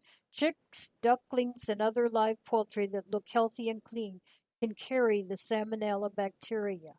Outbreaks linked to contact with live poultry have increased in recent years as backyard flocks. 2016, a record number of illnesses were linked to backyard poultry. Just follow these simple steps for protecting yourself and others while enjoying your flock. Always wash your hands thoroughly with soap and water right after anything in the area where they live and roam. Also, wash your hands after handling clothes and shoes that have touched live poultry. Adults should supervise hand washing for young children. If soap and water are not readily available, use hand sanitizer until you are able to wash your hands with soap and water. Don't let the poultry inside the house, in bathrooms, or especially in areas where food or drink is prepared, served, or stored, such as kitchens or outdoor patios. Do not eat or drink in the area where the birds live or roam. Children younger than 5, adults older Adults older than 65 and people with weakened immune systems should not handle or touch chicks, ducklings, or other live poultry. People in these groups are more likely to have a severe illness from salmonella infection. Do not snuggle or kiss the birds. Touch your mouth or eat or drink around live poultry. Stay outdoors when cleaning any equipment or materials used or care for live poultry, such as cages, feed, or water containers. You collect eggs from your hens. Follow safe handling tips. Always wash your hands with soap and water after handling eggs, chickens, or anything in their environment. Collect eggs often. Eggs that spend a significant amount of time in the nest can become dirty or break.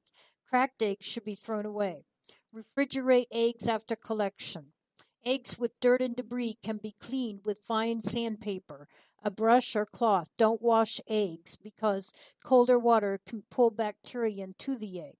Cook eggs thoroughly. Raw and undercooked eggs may contain salmonella bacteria that can make you sick. Thus far, Arkansas, which is a Arkansas has a lot of birds via work through Tyson's, has only had one case reported this year. Hooray, Arkansas. Looks like Kentucky so far is coming in with the largest number of. There are a total of 372 cases again. Salmonella. You can find your state listing and see how many your state has by looking up salmonella. Remember, save lives. That's been discovered, still as important as when it was first discovered. Hand washing is like a do-it-yourself vaccine. It includes 5 simple and effective steps. Wet lathers take to reduce the spread of diarrhea and respiratory illness so you can stay healthy. Regular hand washing, particularly before and after certain activities, is one of the best ways to remove germs and getting sick and prevent the spread of germs to others. It's quick, it's simple, and it can keep us off from getting sick.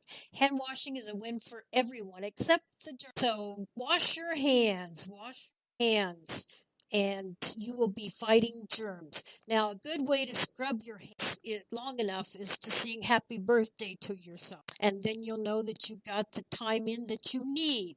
So do wash those hands. That's extremely important. There's nothing that you can do that will prevent the spread of disease better than washing your hands. Don't have hand washing material close by, or maybe you don't have running water. Use the sterilizer so you can actually get to a place to wash your hands. I'd like to share a story with you. It's called The Great California Gold Rush, and it's out of a book called My Fun with Learning, Real Life Heroes and America's Story. California territory in the 1840s was a vast frontier. Along its beautiful Pacific coastline, there were missions and little villages that had been built by Spanish colonizers and missionaries. Families of some of the early Spanish settlers owned immense land grants or ranchos. Life was unhurried, and the afternoon siesta or nap was a tradition. Then one day, something happened that was to change everything. January 24th, 1848, a man named James Marshall discovered rocks containing a yellow metal at the bottom of a river. Metal was gold. It was a hard-working California settler named John Sutter. Sutter had left Germany in search of a fortune. In 1839, he was granted a large tract of land by the Mexican governor of California. Sutter built a fort and began a settlement. Soon there were granaries, mills, and stores at the settlement, and Sutter became very wealthy. Sutter hired James Marshall to build a sawmill on his property. The mill was built on the bank of the American River, not far from Sutter's fort. The mill's great saw was to be powered by a water wheel, and Marshall was busy deepening the channel or mill race for the water wheel when he saw little flakes of gold in the hard white quartz behind the riverbed. Marshall told John Sutter about his discovery. Sutter had mixed feelings about the news Marshall brought him. He realized that the gold could make him fabulously wealthy.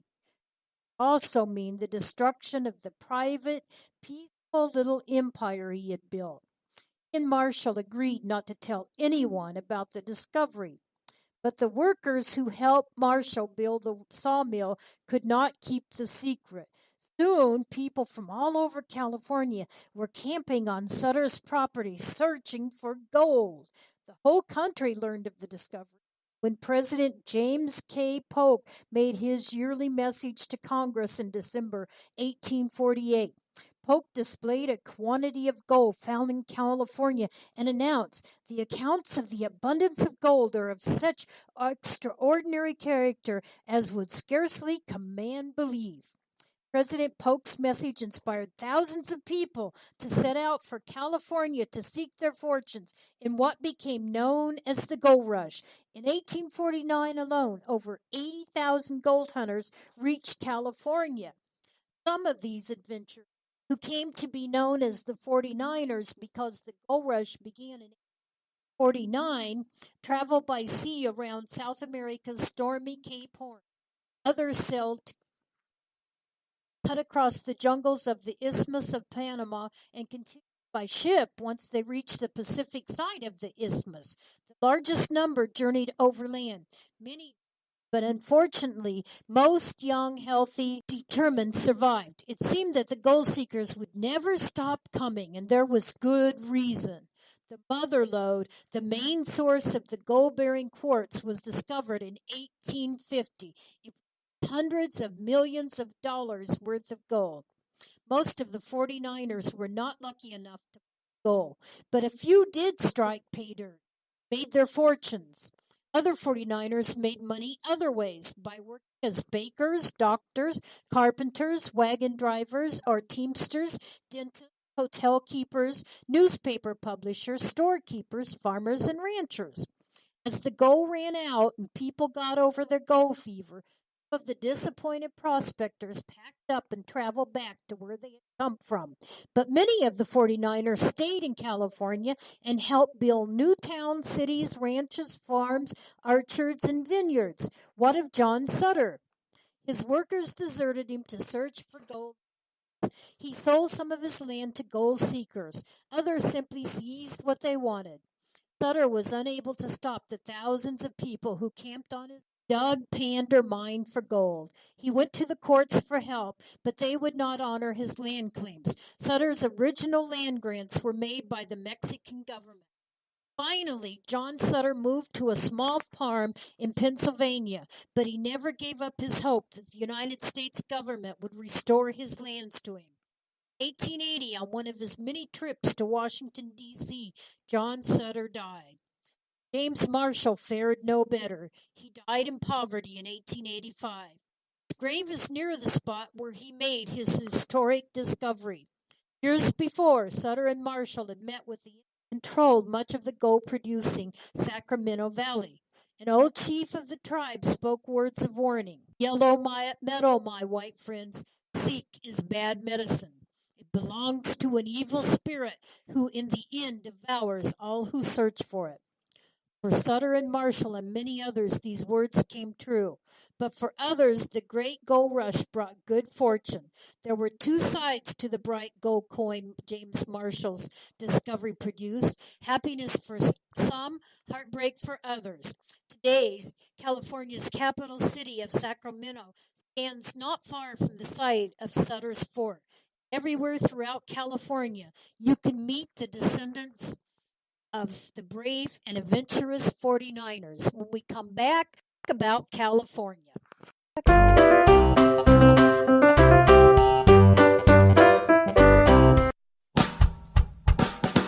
You're listening to the Spark Radio Network, internet radio like you've never heard before.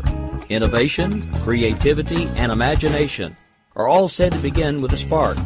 So fasten your seatbelt and take the ride of your life and listen for the spark. You are listening to KLRN Radio, where liberty and reason still reign. Hey, this is John Preston, Marine Combat Veteran and Pacific Records recording artist. Just reaching out to have you check out our new album, Battle Cry, Songs of America's Heroes, an album featuring phenomenal other combat veteran artists like Scott Brown of the Scooter Brown Band, Ryan Weaver, Rowdy Johnson, just an incredible mix of people. This is all veterans telling our stories and our lives, and we're giving 100% of our proceeds to the Valkyrie Initiative to help veterans and first responders integrate back into society. I myself have battled with post-traumatic stress for many years and lost my own brother, a Marine Corps veteran, to suicide. I ask that you step with us and make this happen. We are in pre-order right now and release on March 17th. Go to iTunes, go to Amazon, buy. We plan on making the charts and making it at a very high level, and your support right now makes a difference. This is the release of my new song, Superman Falls, which is actually about the loss of my own brother, which happened last year, and I would love for everyone to check it out, to listen, and hopefully it'll make a difference in many lives. If you're 85 or younger, would you like peace of mind and comfort for your family? We're Final Expense Direct with an urgent message for you. The average funeral today costs over $8,000, but the most you'll get from government benefits is $255. How will your family pay the difference? We can help. Our senior plans start as low as just $1 a day and pay up to $30,000 for a funeral and other final expenses. Peace of mind is easy. There's no medical exam. You'll have lifetime coverage, and your plan can't be canceled as long as you pay your premiums. Call now for free information about our senior plans. Answer a few simple questions and receive approval right on the phone. Plus, call right now and we'll give you a discount prescription card for free. Call 800-553-8687. That's 800-553-8687. Again, 800-553-8687. 687.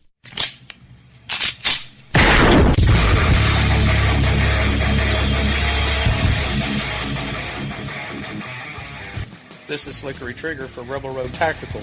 With proper care and feeding, your pistol will be ready when you need it, there to save your life. Shouldn't your gear be that good? Whether you need a holster for comfortable everyday carry or a tough-as-nails holster for your next training course, Rebel Road Tactical has what you need. Check us out on the web at rebelroadtactical.com.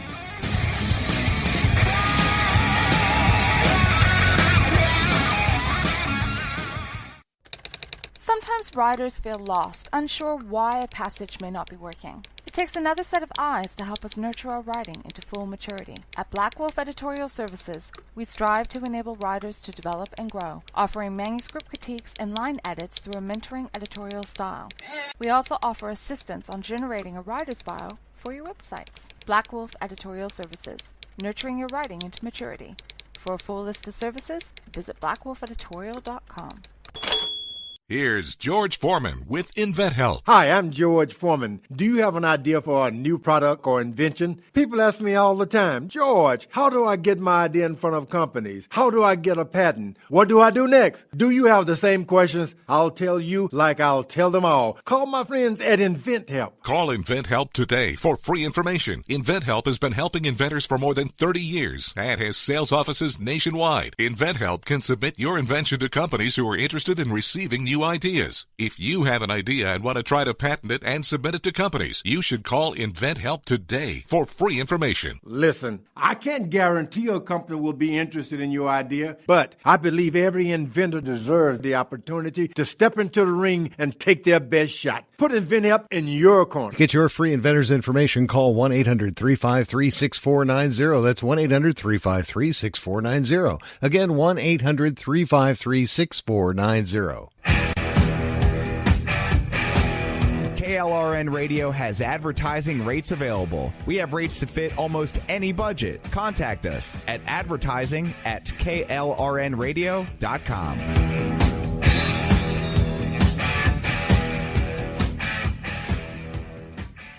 There's a lot to be said about California. A western United States stretches from the Mexican border along the Pacific for nearly 900 miles. Its terrain includes cliff-lined beaches, redwood forest, the Sierra Nevada mountains, Central Valley farmland, and the hot Mojave Desert. The city of LA is the seat of the Hollywood entertainment industry. Hilly San Francisco is known for the Golden Gate Bridge, Alcatraz Island, and cable cars. Learned in our story, the capital is Sacramento. The minimum wage in California is $10.50 per hour as of January 1st, 2017. 2015, the population was 39.4. Senators are Kamala Harris, Democrat, and Dianne Feinstein, Democrat. Many interesting places to visit in California, including Disneyland, famed amusement park with 8 themed islands. Can you imagine? Wow. Disneyland Park, originally Disneyland, is the first of 2 theme parks built at the Disneyland Resort in Anaheim, California, opened on July 17, 1955. I was 1 day short of being a full month old.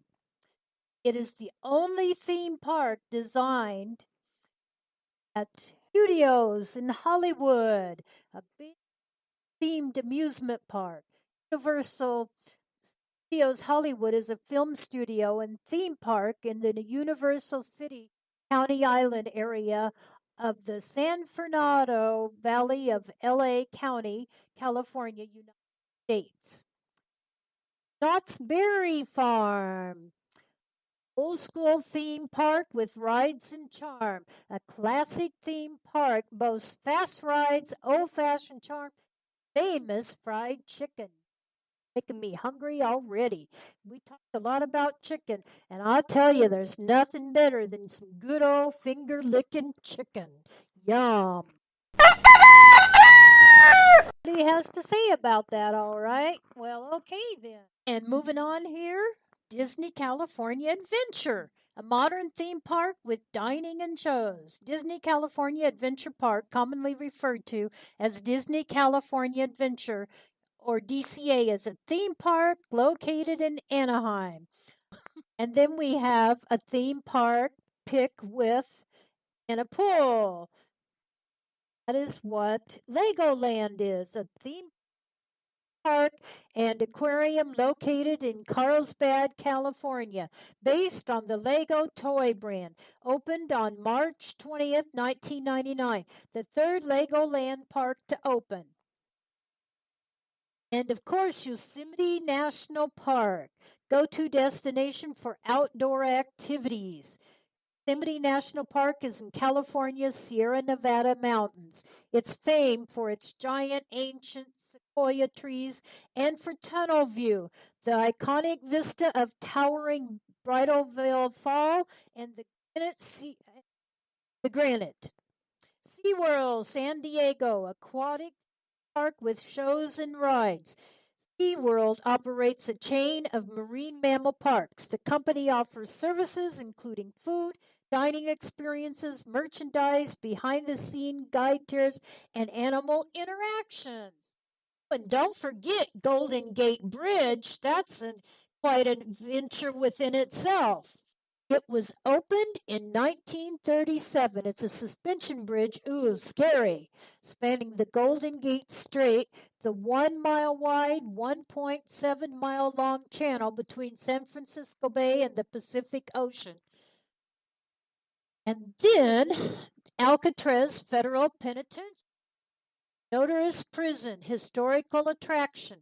Alcatraz Island is located in San Francisco Bay, 1.25 miles offshore from San Francisco, California, United States. The small island was developed with faculties for a lighthouse. Lake Tahoe has ski resorts, beaches, Bay Park. Lake Tahoe is a large freshwater lake in the Sierra Nevada mountains, the border of California and Nevada. It's known for its beaches and ski resorts. On the southwest shore is Emerald Balboa Park. That's Emerald Bay Park. Balboa Park is a multi-attraction park that covers 20 acres. Can you imagine that? Sprawling outward destination is home to the city's renowned zoo, 17 museums, gardens, and much more. Griffith Observatory there, and there is a planetarium, telescopes, and city this Griffith Observatory. Art Deco landmark from 1935 features a high-tech planetarium, public telescopes, and city. And everyone's heard of Hollywood Walk of Fame. Michael Jackson Theater and Monument. The Hollywood Walk of Fame comprises more than 2,600 five-pointed terrazzo and brass stars embedded in the sidewalks along 15 blocks of Hollywood Boulevard and 3 blocks of Vine Street. Sierra Nevada, mountains, backpacking, lakes, and hiking. The Sierra Nevada is a mountain range in the western United States between the Central Valley of California and the Basin and Range province. The vast majority of the range lies in the state. Hollywood sign, iconic letters atop Mount Lee since 1923.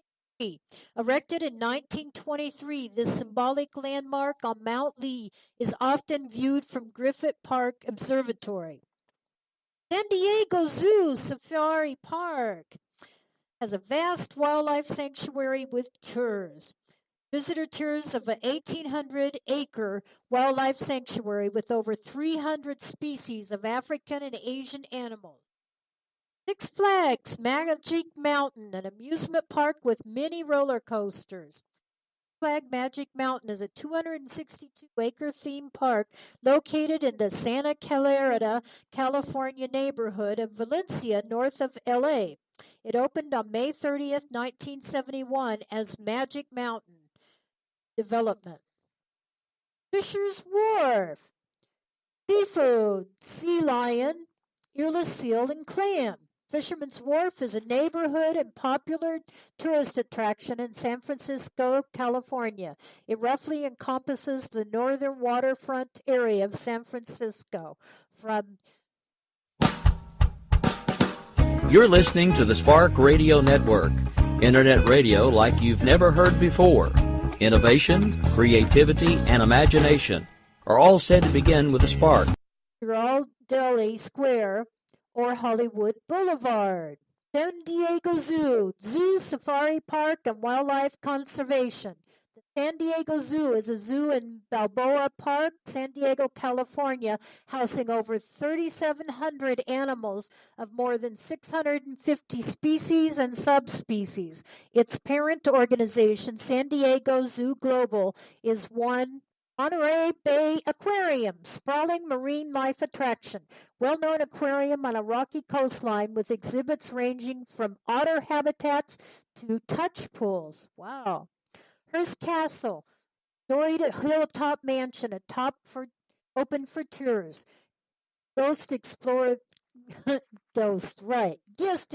the art and grounds of the 20th century mansion built by the media magnate. Sequoia National Park, giant trees plus hiking and camping. Sequoia National Park is adjacent to King Canyon National Park in California's southern Sierra Nevada mountains. It's known for its huge sequoia trees, notably the General Sherman tree. You're listening to the Spark Radio Network, Internet radio like you've never heard before. Innovation, creativity, and imagination are all said to begin with a spark. Grave Tar Pits, prehistoric fossil excavation site. Ice Age fossil excavation site with an adjacent museum, plus a recreated prehistoric garden. Winchester Mystery House, quirky mansion with odd design details, sprawling landmark with a staircase leading nowhere, and other odd features designed to confuse ghosts. And of course, there has to be something on Muir Woods National Monument. Very beautiful redwood tree-filled park. Muir Woods National Monument is part of California's Golden Gate National Recreation Area, north of San Francisco. It's known for its towering old-growth redwood trees. Trails wind among the Redwood National and State Parks. And there are vast, imposing forests of redwood trees. At the Redwood National and State Parks, there are old-growth temperate rainforests located in the United States along the coast of northern California. comprising Redwood National Park and California Tree National Park. Joshua Tree National Park is a desert destination with geologic wonders. It is a vast protected area in Southern California. It's characterized by rugged rock formations and stark desert landscapes, named for the region's twisted, bristled Joshua trees. Santa Monica Pier, popular landmark for rides and restaurants. Storied seaside destination boasting a range of shops and cafes, plus an amusement park and aquarium. Lombard Street, famous crooked street with hairpins turns. A 27-degree angle, this famously crooked street features 8 hairpin turns and landscape flower beds. Grauman's Chinese Theater, landmark cinema and celebrity footprints. This iconic, opulent theater hosts movie premieres and immortalizes hand and footprints of the stars. USS Midway Museum, historic aircraft carrier with exhibits. But sea exhibits restored planes and flight simulators aboard this legendary aircraft carrier. Getty Center, celebrated free venue for art exhibits. The Getty Center in LA, California is a campus of the Getty Museum and other programs of the Getty Trust. The $1.3 billion center opened to the public on December 16, 1997. Aquarium to the Pacific, sea life exhibits in a waterfront space. Pacific Ocean dwells on display at this large aquarium with touch tanks and behind-the-scenes tours. Griffith Park, hiking trails, city views, and LA Zoo. Urban oasis featuring hiking and equestrian trails plus city views, the Greek Theater, and LA Zoo. Golden Gate Park, gardens, trails, museums, and festivals. City's 1,000 AC oasis draws hikers, bikers, art lovers, and music fans. Union Square, historic public square and popular hangout. Bustling public square in the heart of the city, surrounded by shops, theaters, hotels, and restaurants. Presidio of San Francisco, hiking, golf, hunting, walking, and art. Presidio of San Francisco is a park and famous and former U.S. Army military fort on the northern tip of the San Francisco Peninsula in San Francisco, California, part of the Golden Gate National. Napa Valley, AVA, wineries, hot springs, and Napa Wine Train. Napa Valley is a renowned California wine-producing region north of San Francisco with hundreds of vineyards set amid rolling hills. As wineries, and they range from small family-run estates to landmarks. Death Valley National Park. Boy, talk about hot. Over 3.4 million acres of wilderness. Death Valley National Park straddles eastern California and Nevada. It's known for Titus Canyon, with a ghost town and colorful rocks and bad water basin sea flats. Kings Canyon National Park. Natural vistas and outdoor activities. King Canyon National Park is adjacent to Sequoia National Park in California's Sierra Nevada mountains, known for its huge sequoia trees, notably the gigantic General Grant tree. Henry Cowell Redwood State Forest, or State Park, park with campgrounds and hiking trails. Featuring a variety of forested areas, this park offers camping, fishing, hiking, and picnic. Heavenly Mountain Resort. Tahoe Resort with year-round activities. Sprawling Lake Tahoe Resort offering skiing, snowboarding, and biking, as well as lodging and eaterings. Range, mountains, volcanoes, hiking, and glaciers. The Cascade Range, or Cascades, is a major mountain range of western North America, extending from southern British Columbia through Washington and Oregon to northern California. Squaw Valley Ski Resort for the ski buffs, skiing and year-round recreation. Huge ski resort in 1960 Olympic style with many recreational activities plus a spa, restaurants, and more. Los Angeles County Museum of Art. From pre-Columbian to contemporary works, this 20-acre campus with diverse collections spanning art history also offers screenings and concerts. Jedediah Smith Redwood State Park. Park, camping, hiking, fishing, and forest. Jedediah Smith Redwood State Park is a state park of California, United States, preserving old-growth redwoods along the Smith River. It is located along U.S. Route 199, approximately 9 long. Huntington Library, cultural center with galleries and gardens. Dome. Hiking and climbing. Half Dome is a granite dome at the eastern end of Yosemite Valley in Yosemite National Park, California. It is a well-known rock formation in the park named for its distinct shape. Channel Islands National Park. 5 islands to explore by land and sea. Channel Islands National Park comprises 5 ecologically rich islands off the southern California coast. The island has trails up to a 1932 lighthouse and clifftop Inspiration Point. The motto of California is Eureka, meaning I have found it. A few famous people from California. Paul Black, actress and ambassador. Julie Child, a chef. Joe DiMaggio, a baseball player. James H. Doolittle, an Air Force general. Robert Frost, a poet. George E. Held, an astronomer. Jack London, author. James W. Marshall first discovered gold there. John Muir, well-known naturalist. Richard M. Nixon, president. George S. Patton, Jr., general. Robert Redford, actor. Sally K. Ride, astronaut. Tiger Woods, golfer. Although California was sighted by Spanish navigator John Rodriguez Cabrillo in 1542, its first Spanish mission at San Diego was not established until 1769. California became a United States territory in 1847 when Mexico surrendered it to John C. Fremont. On January 24th, 1848, James W. Marshall discovered gold at Sutter's Mill, starting the California Gold Rush and bringing settlers to the state in large numbers. By 1964, California had surpassed New York, become the most populous state. One reason for this may be that more immigrants settle in California than any other state, more than one-third of the nation's total in 1994. Asians and Pacific Islanders led the influx. Leading industries include agriculture, manufacturing, transportation equipment, machinery and electronic equipment, biotechnology, aerospace, defense, and tourism. Principal natural resources include timber, petroleum, cement, and natural gas.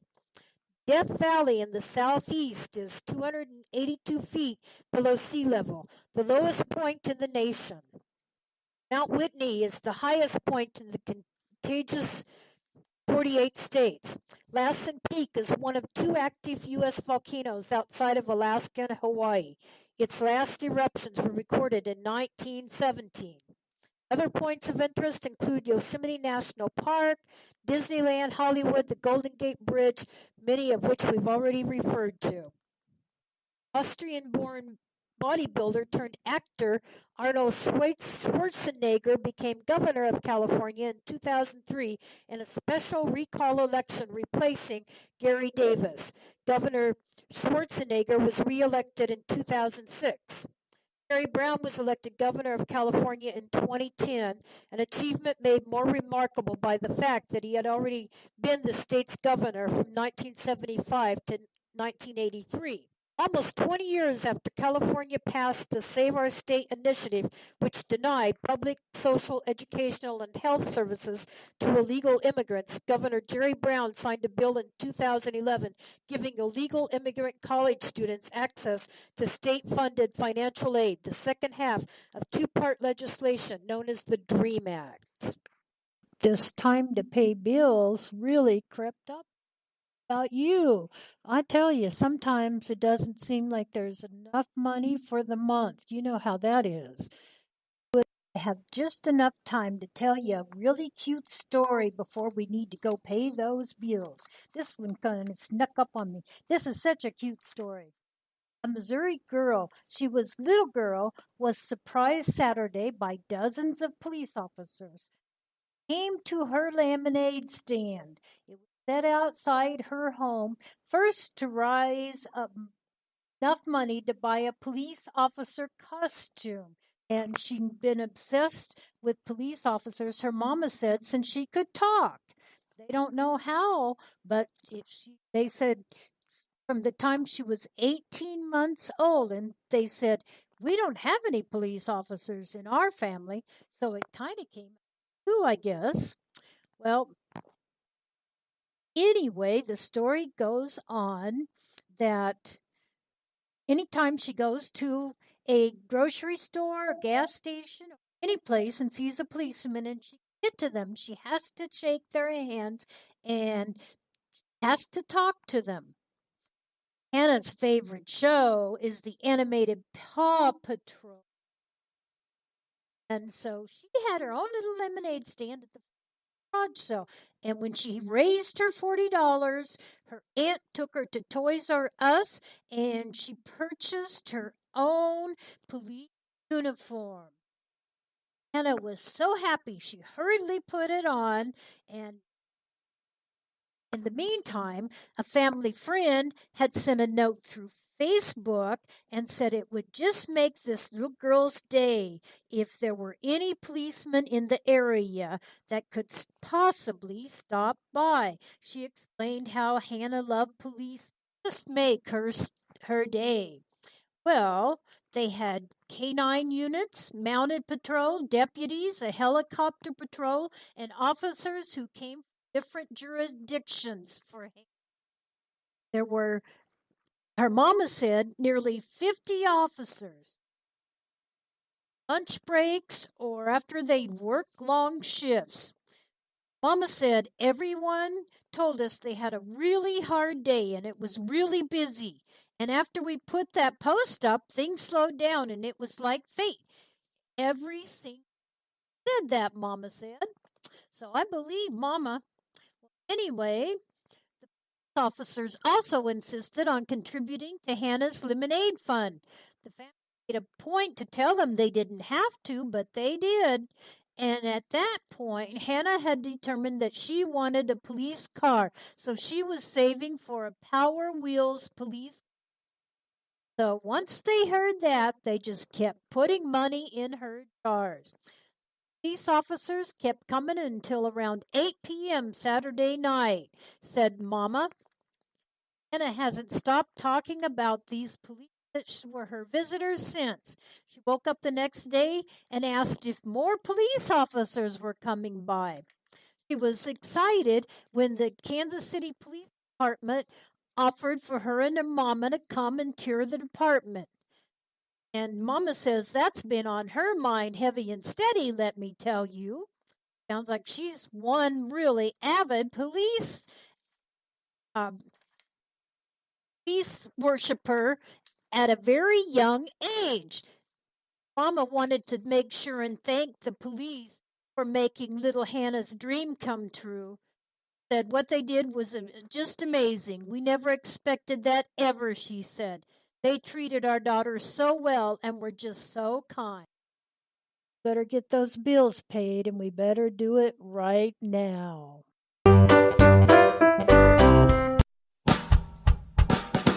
You're listening to the Spark Radio Network, internet radio like you've never heard before.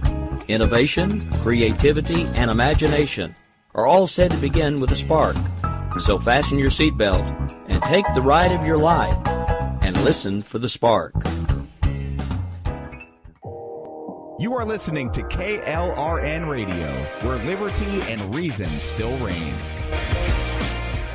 Hey, this is John Preston, Marine Combat Veteran and Pacific Records recording artist. Just reaching out to have you check out our new album, Battle Cry, Songs of America's Heroes, an album featuring phenomenal other combat veteran artists like Scott Brown of the Scooter Brown Band, Ryan Weaver, Rowdy Johnson, just an incredible mix of people. This is all veterans telling our stories and our lives, and we're giving 100% of our proceeds to the Valkyrie Initiative to help veterans and first responders integrate back into society. I myself myself have battled with post-traumatic stress for many years and lost my own brother, a Marine Corps veteran, to suicide. I ask that you step with us and make this happen. We are in pre-order right now and release on March 17th. Go to iTunes, go to Amazon, buy. We plan on making the charts and making it at a very high level, and your support right now makes a difference. This is the release of my new song, Superman Falls, which is actually about the loss of my own brother, which happened last year, and I would love for everyone to check it out, to listen, and hopefully it'll make a difference in many lives. If you're 85 or younger, would you like peace of mind and comfort for your family? We're Final Expense Direct with an urgent message for you. The average funeral today costs over $8,000, but the most you'll get from government benefits is $255. How will your family pay the difference? We can help. Our senior plans start as low as just $1 a day and pay up to $30,000 for a funeral and other final expenses. Peace of mind is easy. There's no medical exam. You'll have lifetime coverage, and your plan can't be canceled as long as you pay your premiums. Call now for free information about our senior plans. Answer a few simple questions and receive approval right on the phone. Plus, call right now and we'll give you a discount prescription card for free. Call 800-553-8687. That's 800-553-8687. Again, 800-553-8687.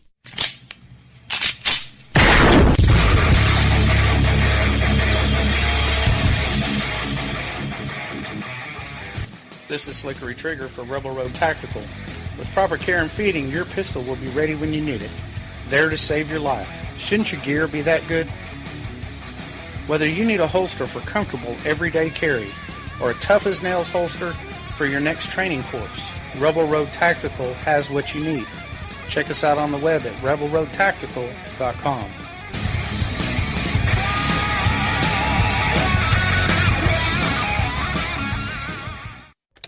Sometimes riders feel lost, unsure why a passage may not be working. It takes another set of eyes to help us nurture our writing into full maturity. At Black Wolf Editorial Services, we strive to enable writers to develop and grow, offering manuscript critiques and line edits through a mentoring editorial style.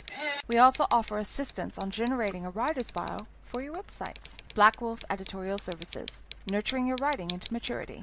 For a full list of services, visit blackwolfeditorial.com. Here's George Foreman with InventHelp. Hi, I'm George Foreman. Do you have an idea for a new product or invention? People ask me all the time, George, how do I get my idea in front of companies? How do I get a patent? What do I do next? Do you have the same questions? I'll tell you like I'll tell them all. Call my friends at InventHelp. Call InventHelp today for free information. InventHelp has been helping inventors for more than 30 years and has sales offices nationwide. InventHelp can submit your invention to companies who are interested in receiving new ideas. If you have an idea and want to try to patent it and submit it to companies, you should call InventHelp today for free information. Listen, I can't guarantee a company will be interested in your idea, but I believe every inventor deserves the opportunity to step into the ring and take their best shot. Put InventHelp in your corner. Get your free inventor's information. Call 1-800-353-6490. That's 1-800-353-6490. Again, 1-800-353-6490. KLRN Radio has advertising rates available. We have rates to fit almost any budget. Contact us at advertising@klrnradio.com.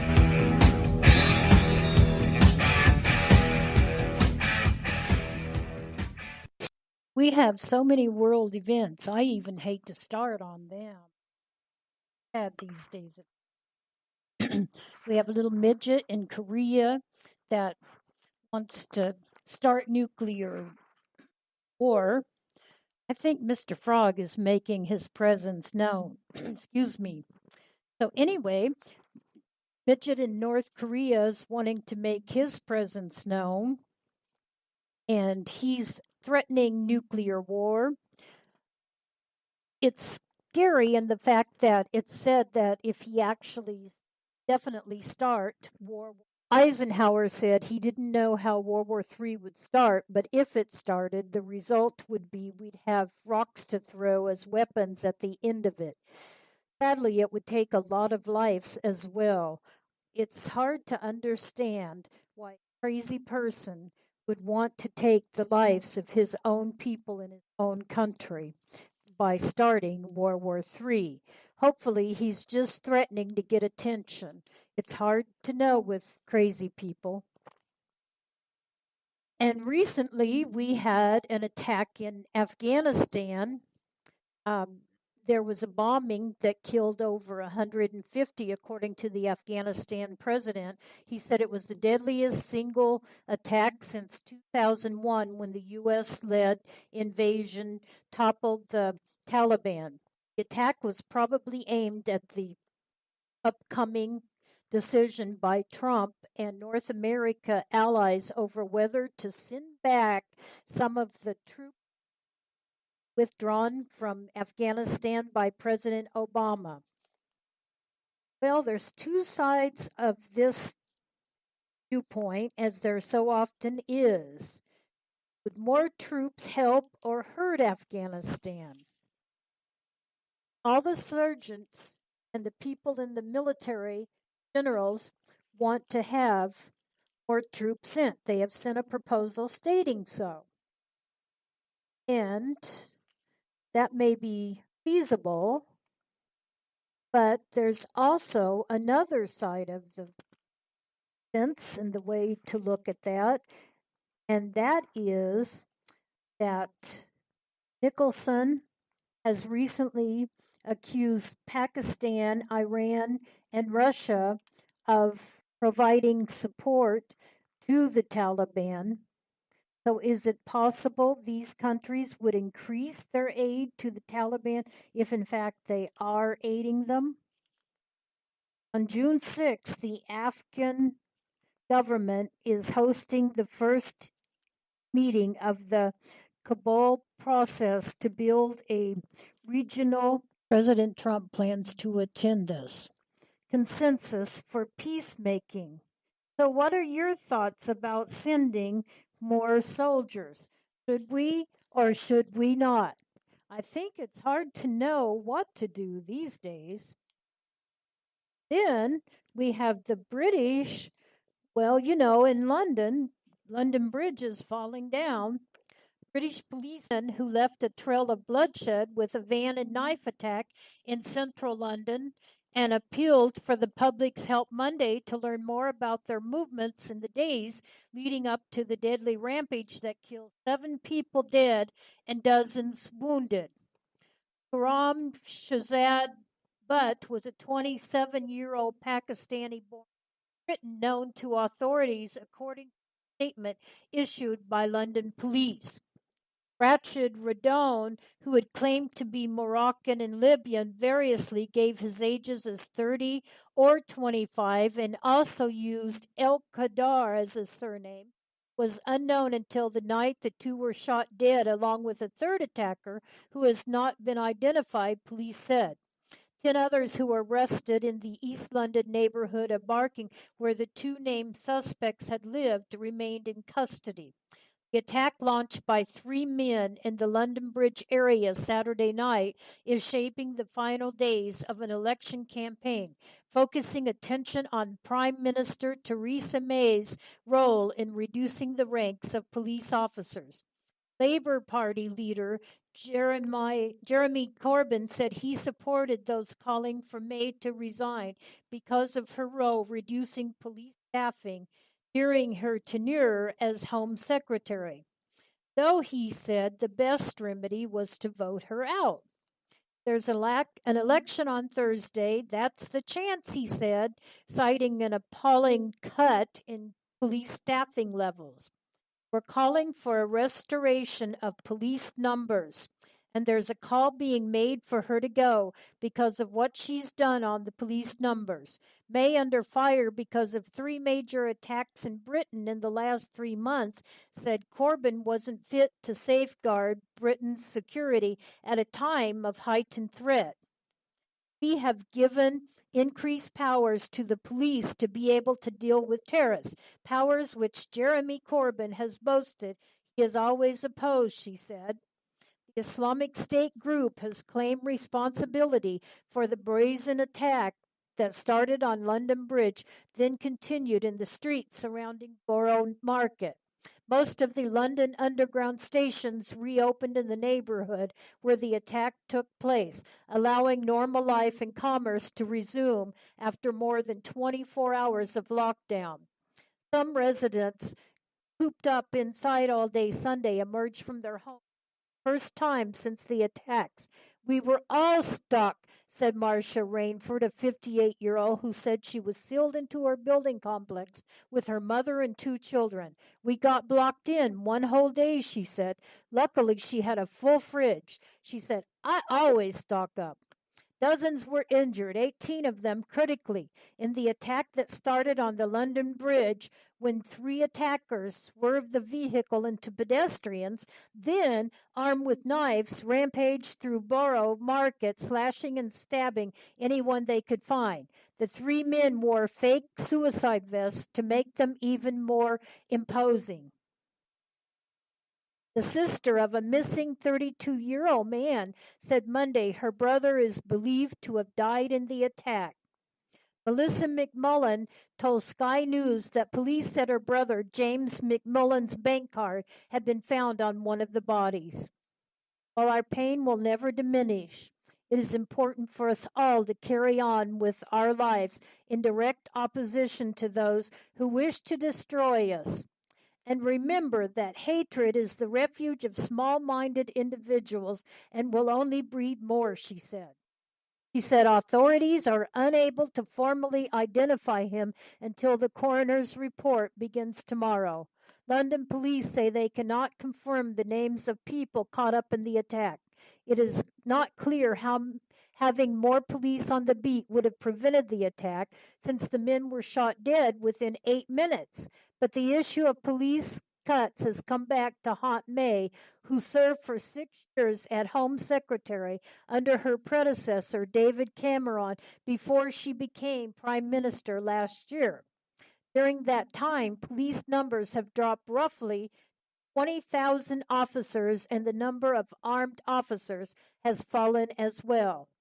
May said Monday that Britain's counter-terrorism operations are fully funded, but London Mayor Sadiq Khan, a Labour figure, said cuts to police have been draconian. Over the last 7 years, we as a city have lost £600 million, equates to about $770 million in American money from our budget, he said. We have to close police stations, sell police buildings, and we've lost thousands of police staff. The official terror threat level has been set at critical in the parlous days after the Manchester concert bombing on May 22nd that killed 22 people, reflecting a judgment that an attack might be imminent because accomplices with similar bombs might be on the loose. It was lowered once intelligence agencies were comfortable that this wasn't the case. The London attack, carried out by three knife-wielding men in a rented van, is apparently unconnected to the Manchester bombing. May has said the three attacks, including one on Parliament in March, weren't connected in any operational sense, but were linked by what she called the perverted ideology of extremist Islam. You're listening to the Spark Radio Network, internet radio like you've never heard before. Innovation, creativity, and imagination are all said to begin with a spark. Conan Police Commissioner Cressida Dick toured the site of the attack and praised the quick police work that they said prevented further deaths. Dick said the attack was ghastly, but that Londoners are pulling together and refusing to be cowed by extremists. She said providing more firearms for London police wouldn't be a sensible solution to the increased tempo of attacks, saying the strategy of having special mobile units of heavily armed officers is effective. Con and Dick were briefly heckled by a man who called for more police to be put on the street. Should more police be put on the streets in London? Or should Americans even be concerned if more police are put in the streets in London, considering that it's not our country? I know I said last week we'd have a special visitor. However, we decided that it would probably be better to wait one more week before it was broadcasted, because that way he could attend both events for Memorial Day, and also tell us about the ice cream social. So it might be interesting, even more interesting, to talk with him next week. So stay tuned. He's coming. I guess I should warn you, since his wife warned me and I know him well, he does have a very good sense of humor. So don't be thinking he's crazy if he says something kind of off the wall. That's just who he is. Last week, when we talked about how old some of the VA system IT programs are, well, now Trump administration streamlines veteran medical records. He promises us that and this is his words, the VA will announce and modernize its medical records to use the same system as the Department of Defense. No more complications. The records will now be able to follow the veteran when they leave service, meaning faster, better, and far better quality care. VA Secretary Shulkin laid out and explained the program this morning before the president's remarks.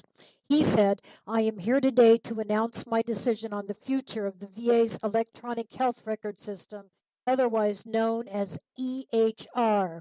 The health and safety of our veterans is one of our highest national priorities. Having a veteran's complete and accurate health record, single common EHR system is critical to that care and to improving patient safety.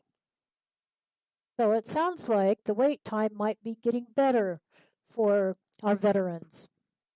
Tolkien also said at VA, we know where almost all of our veteran patients is going to come from the DoD, and for this reason, Congress has been urging the VA and DoD for at least 17 years, from all the way back in 2000, to work more closely on EHR issues.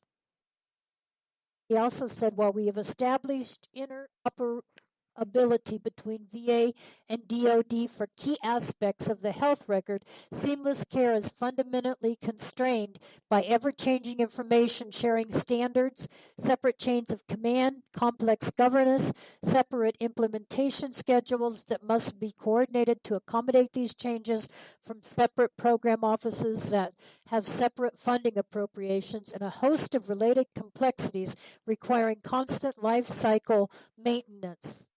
Without improved and constantly implemented national interoperability standards, VA and Department of Defense will continue to face significant challenges if the departments remain on two different systems. A Pentagon report says Beijing may be looking to build a base in Pakistan.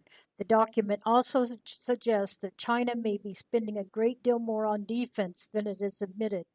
U.S. Defense Department released a report saying it had reason to suspect that China could be eyeing Pakistan as a possible location for a foreign military base.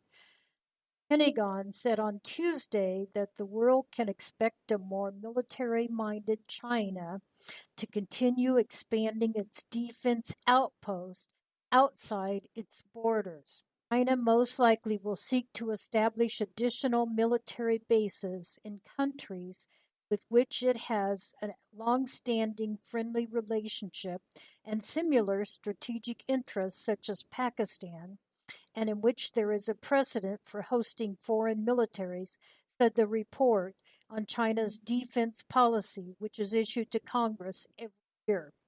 This initiative, along with regular naval vessel visits to foreign ports, both reflects and amplifies China's growing influence, extending the reach of its armed forces, the report. The report also noted that Pakistan is already the biggest market in the Asia-Pacific region for Chinese arms exports. Beijing built its first overseas military base in the African nation on the eastern edge of the Indian Ocean. Outside of Washington, the possibility of setting up shop in Pakistan is likely to irk New Delhi as well. China has cited anti-piracy missions as the reason behind its construction there, which was already home to a large U.S. naval base. Pentagon's assessment also pointed out China has substantially built up reefs with extended runways and military facilities in the disputed waters of the South China Sea. The Pentagon also said that it estimated China's defense spending to be around $180 billion, significantly higher than its officially stated budget of $140 billion.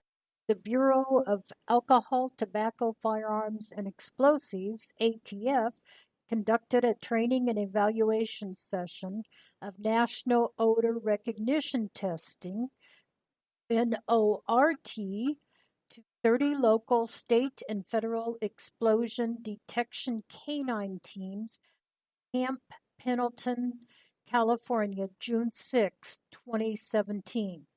Law enforcement Marines and their dogs also participated in the training aimed at improving the canine team's ability to detect 10 fundamental explosive odors. The training allows handlers to exchange information with colleagues, ask questions of ATF, canine, and explosive subject matter.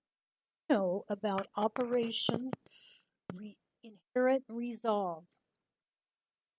Joint Task Force. Operation Inherent Resolve, led by Army Lieutenant General Stephen J. Townsend, Commanding General, is a coalition of partner nations united in their resolve against the Islamic State in Iraq, ISIL.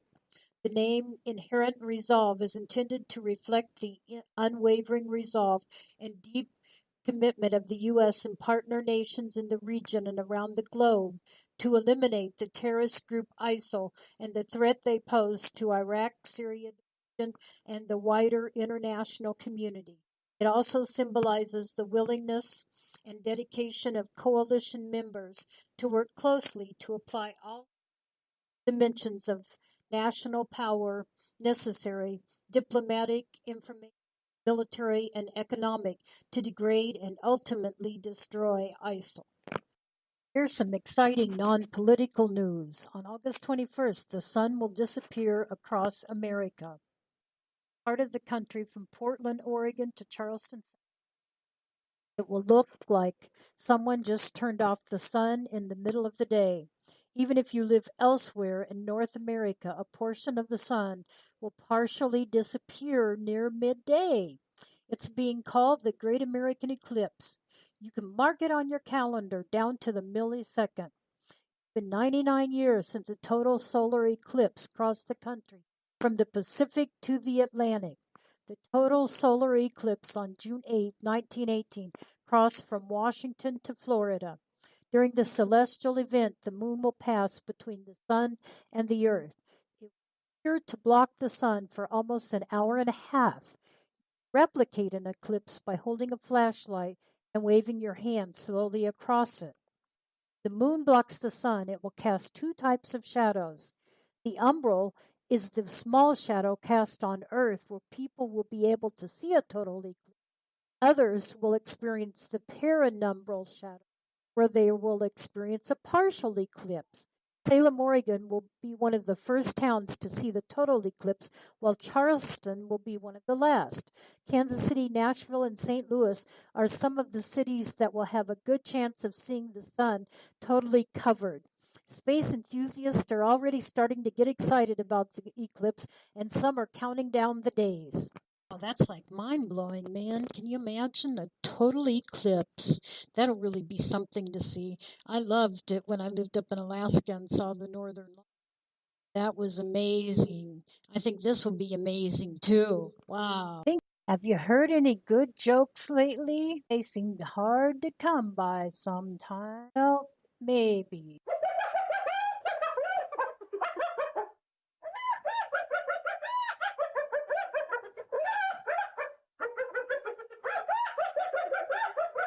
Then again, maybe that's a good thing. Coyotes are out tonight, which is making the dogs bark. Coyotes howled even more when I played the laughing hyenas. Maybe they have really good ears, even better than my dogs. Next week, besides our guest speaker, we'll also be talking a little bit about the animals. It's amazing how many have helped our military. Really interesting to notice the huge variety of animals that have been. Some are going to come as a surprise, I'm quite sure to you. So you'll definitely want to hear about that next week. We might also be talking some about military medicine. It's so easy to fall in love. It's so easy to fall in love. It is easy to fall in love. It's not always so easy to remember that we have to stop and pay bills. We are right on that timeline, so I'm going to stop now so we can pay those bills and we can stay in line and we can keep chatting. Now, remember how to contact me so you can chat with me? Yeah, it's Flo at KLRNRadio.com. Flo at KLRNRadio.com. Waiting to hear from very special you.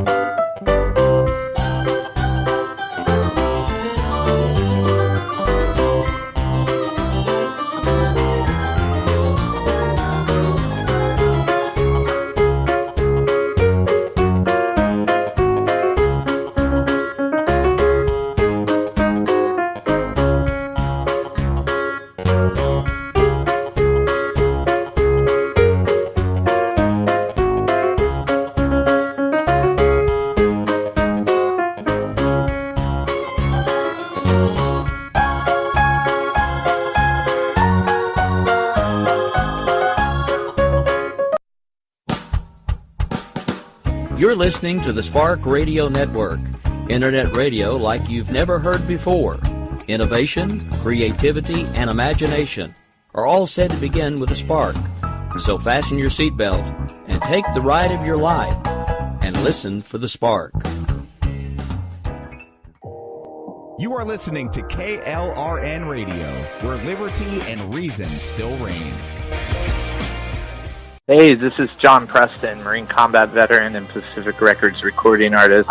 Just reaching out to have you check out our new album, Battle Cry, Songs of America's Heroes, an album featuring phenomenal other combat veteran artists like Scott Brown of the Scooter Brown Band, Ryan Weaver, Rowdy Johnson, just an incredible mix of people. This is all veterans telling our stories and our lives, and we're giving 100% of our proceeds to the Valkyrie Initiative to help veterans and first responders integrate back into society. I myself have battled with post-traumatic stress for many years and lost my own brother, a Marine Corps veteran, to suicide. I ask that you step with us and make this happen. We are in pre-order right now and release on March 17th. Go to iTunes, go to Amazon, buy. We plan on making the charts and making it at a very high level, and your support right now makes a difference. This is the release of my new song, Superman Falls, which is actually about the loss of my own brother, which happened last year, and I would love for everyone to check it out, to listen, and hopefully it'll make a difference in many lives. If you're 85 or younger, would you like peace of mind and comfort for your family? We're Final Expense Direct with an urgent message for you. The average funeral today costs over $8,000, but the most you'll get from government benefits is $255. How will your family pay the difference?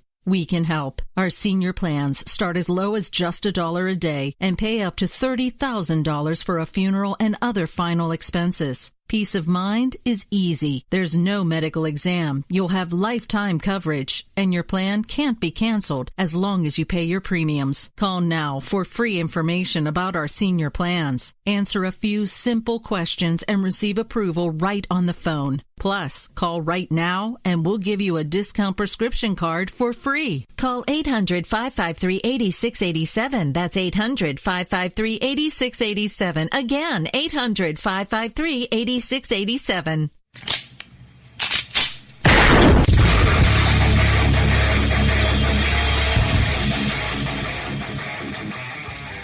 This is Slickery Trigger for Rebel Road Tactical. With proper care and feeding, your pistol will be ready when you need it. There to save your life. Shouldn't your gear be that good? Whether you need a holster for comfortable everyday carry or a tough-as-nails holster for your next training course, Rebel Road Tactical has what you need. Check us out on the web at rebelroadtactical.com.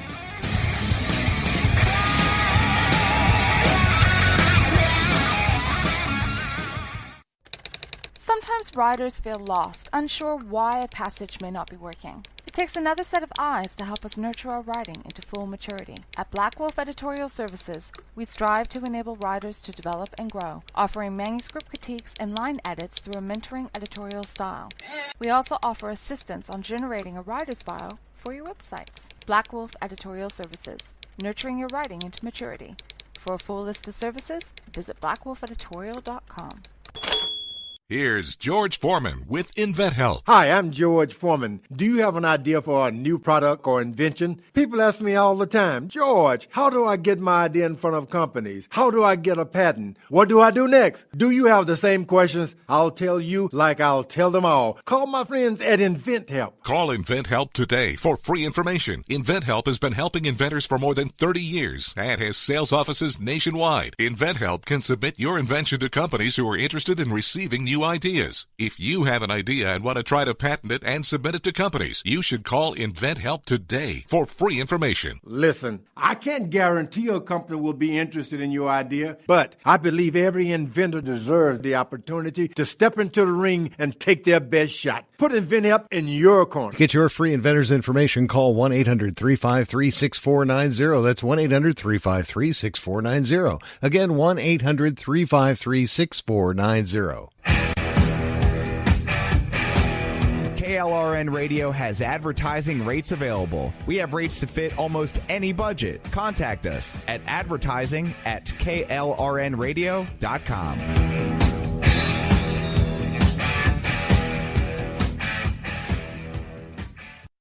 Welcome back to the last portion of our show. We're so glad you spent the morning with us. We hope you'll have a great day. Forward to next week when we can more time together. I'll keep track of my Ozark adventures so I can share them with you. It'll be my last week in the Ozarks, and then we'll be going up to Minnesota for a couple days, Wisconsin for a couple days, and then we'll be going to our house. So getting to be closer and closer to Iowa time. So keep you posted.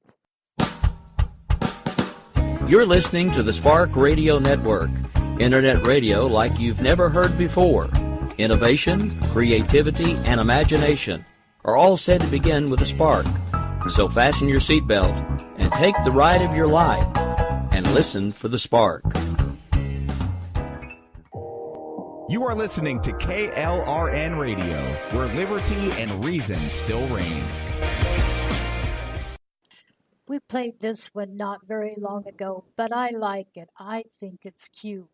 And I think it really teaches us something, too, about life and how we take so many things for granted. And sometimes there's an explanation that we really don't know about. So here's this one.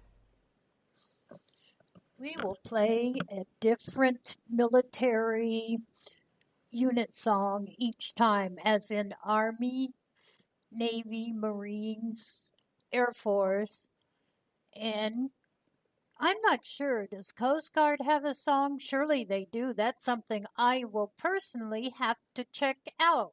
And again, thank all of you for listening. You are so greatly appreciated. May you have a wonderful day, and I'll be here looking for you next week. Thanks again. Here's a sampling of a few things coming next week regarding military animals. As unlikely as it may seem, did you know that glowworms played their role in warfare? In World War I, soldiers hiding in dark trenches collected the insect in jars to create glowworm lanterns. Allegedly, it only took a few specimens of this insect species to emit enough light to steady battle maps and read letters.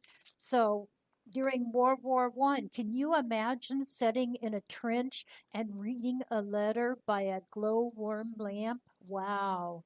And there are many other unusual animals that will grace our path as we look at next week's and listen to next week's broadcast. Oh, what would you think?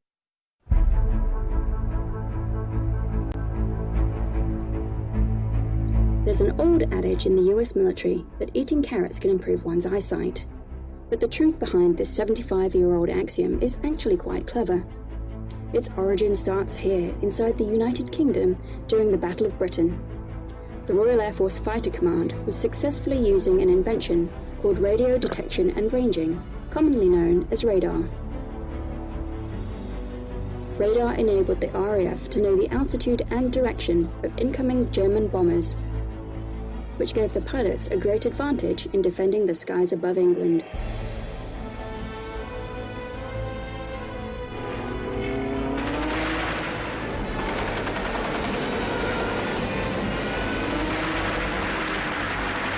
Eventually, the Luftwaffe changed tactics and began flying its bombing missions at night.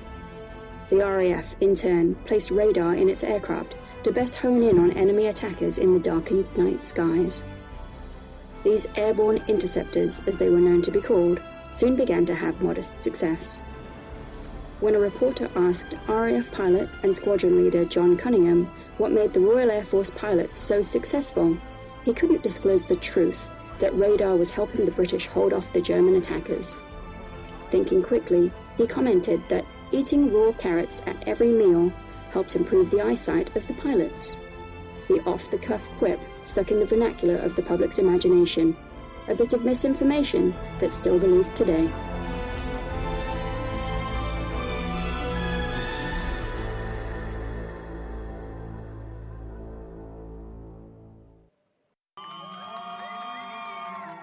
The Joint Warrior Competition at Camp Lemonnier brings all branches of the U.S. military together to test their mettle against an exhausting lineup of mental and physical challenges. These warriors push themselves to the limit and hold nothing back, all for love of country, camaraderie, and of course bragging rights. Let's do it! Looking good, looking good! Everyone has their own reasons to push themselves this hard. And for Catherine Dunn, the road to competition has been a journey of self-improvement. 4 years ago, I set out on a journey to lose 90 pounds, and now I'm a competitive figure bodybuilder. I was told that I'll never compete, and I was like, oh yeah? Well, let me show you. So, as people often do, Catherine found herself at a place in life where she wanted to make some changes. In 2011, I deployed to Kuwait, and I didn't like where I was in life. I just got to that point where I had that aha moment, and I looked in the mirror and I said, you have to fix this. And I kind of played around in the gym a little bit, and I really got into lifting. This journey started later on in life. It started when I was 35 to lose the weight and to get fit. And I always tell women, especially women, that you can do it, because people think, oh, I'm past 30, or I have kids, or I'm divorced, or stressed, and this and that. It's a lifestyle. Perhaps the secret to Catherine's success is that her fiercest competitor is herself. It's not so much the competitive drive that I want to beat other people. It's just every day I want to better myself and become better than I was yesterday. Reporting from East Africa, I'm Tech Sergeant Benjamin T. Hayes. That just makes me feel patriotic. Wow.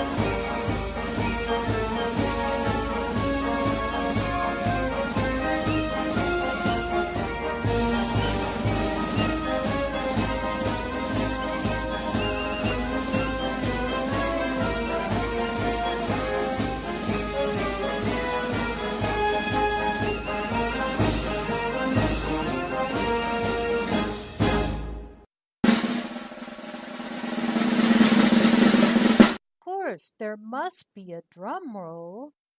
I saved the last little part of this program to talk about one of my favorite things to talk about, and that would happen to be Eagle Angels.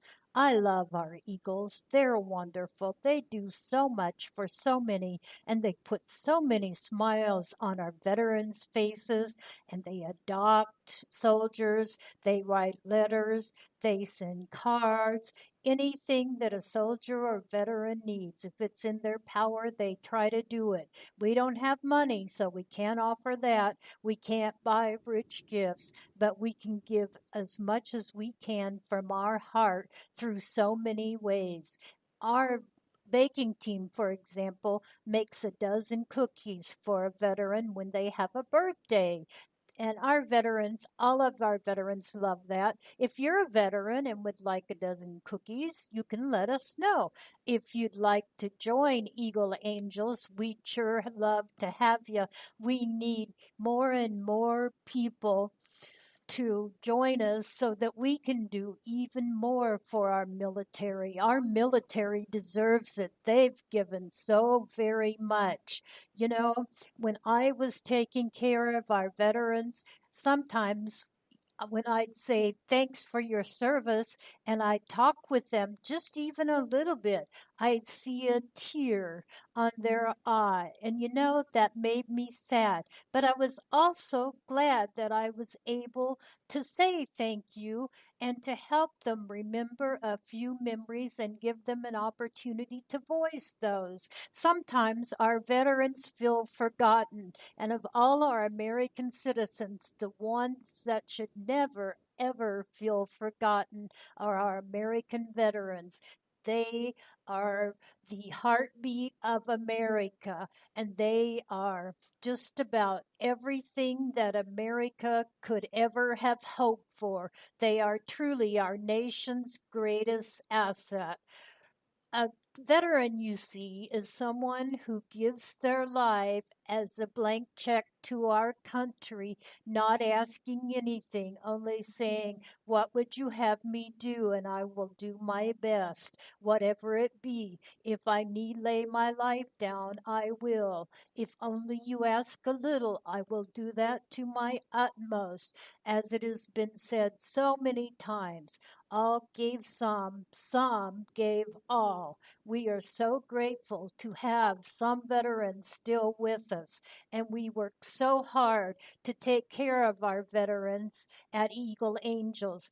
Well, you know how to contact me, and that's what's coming on next. It'll tell you all about how to contact me. So I'm not going to tell you that right here. But if you would like to be part of Eagle Angels, or there's something special you'd like to do for a veteran, but you need some ideas, come check out Eagle Angels. We'd be glad to hear you.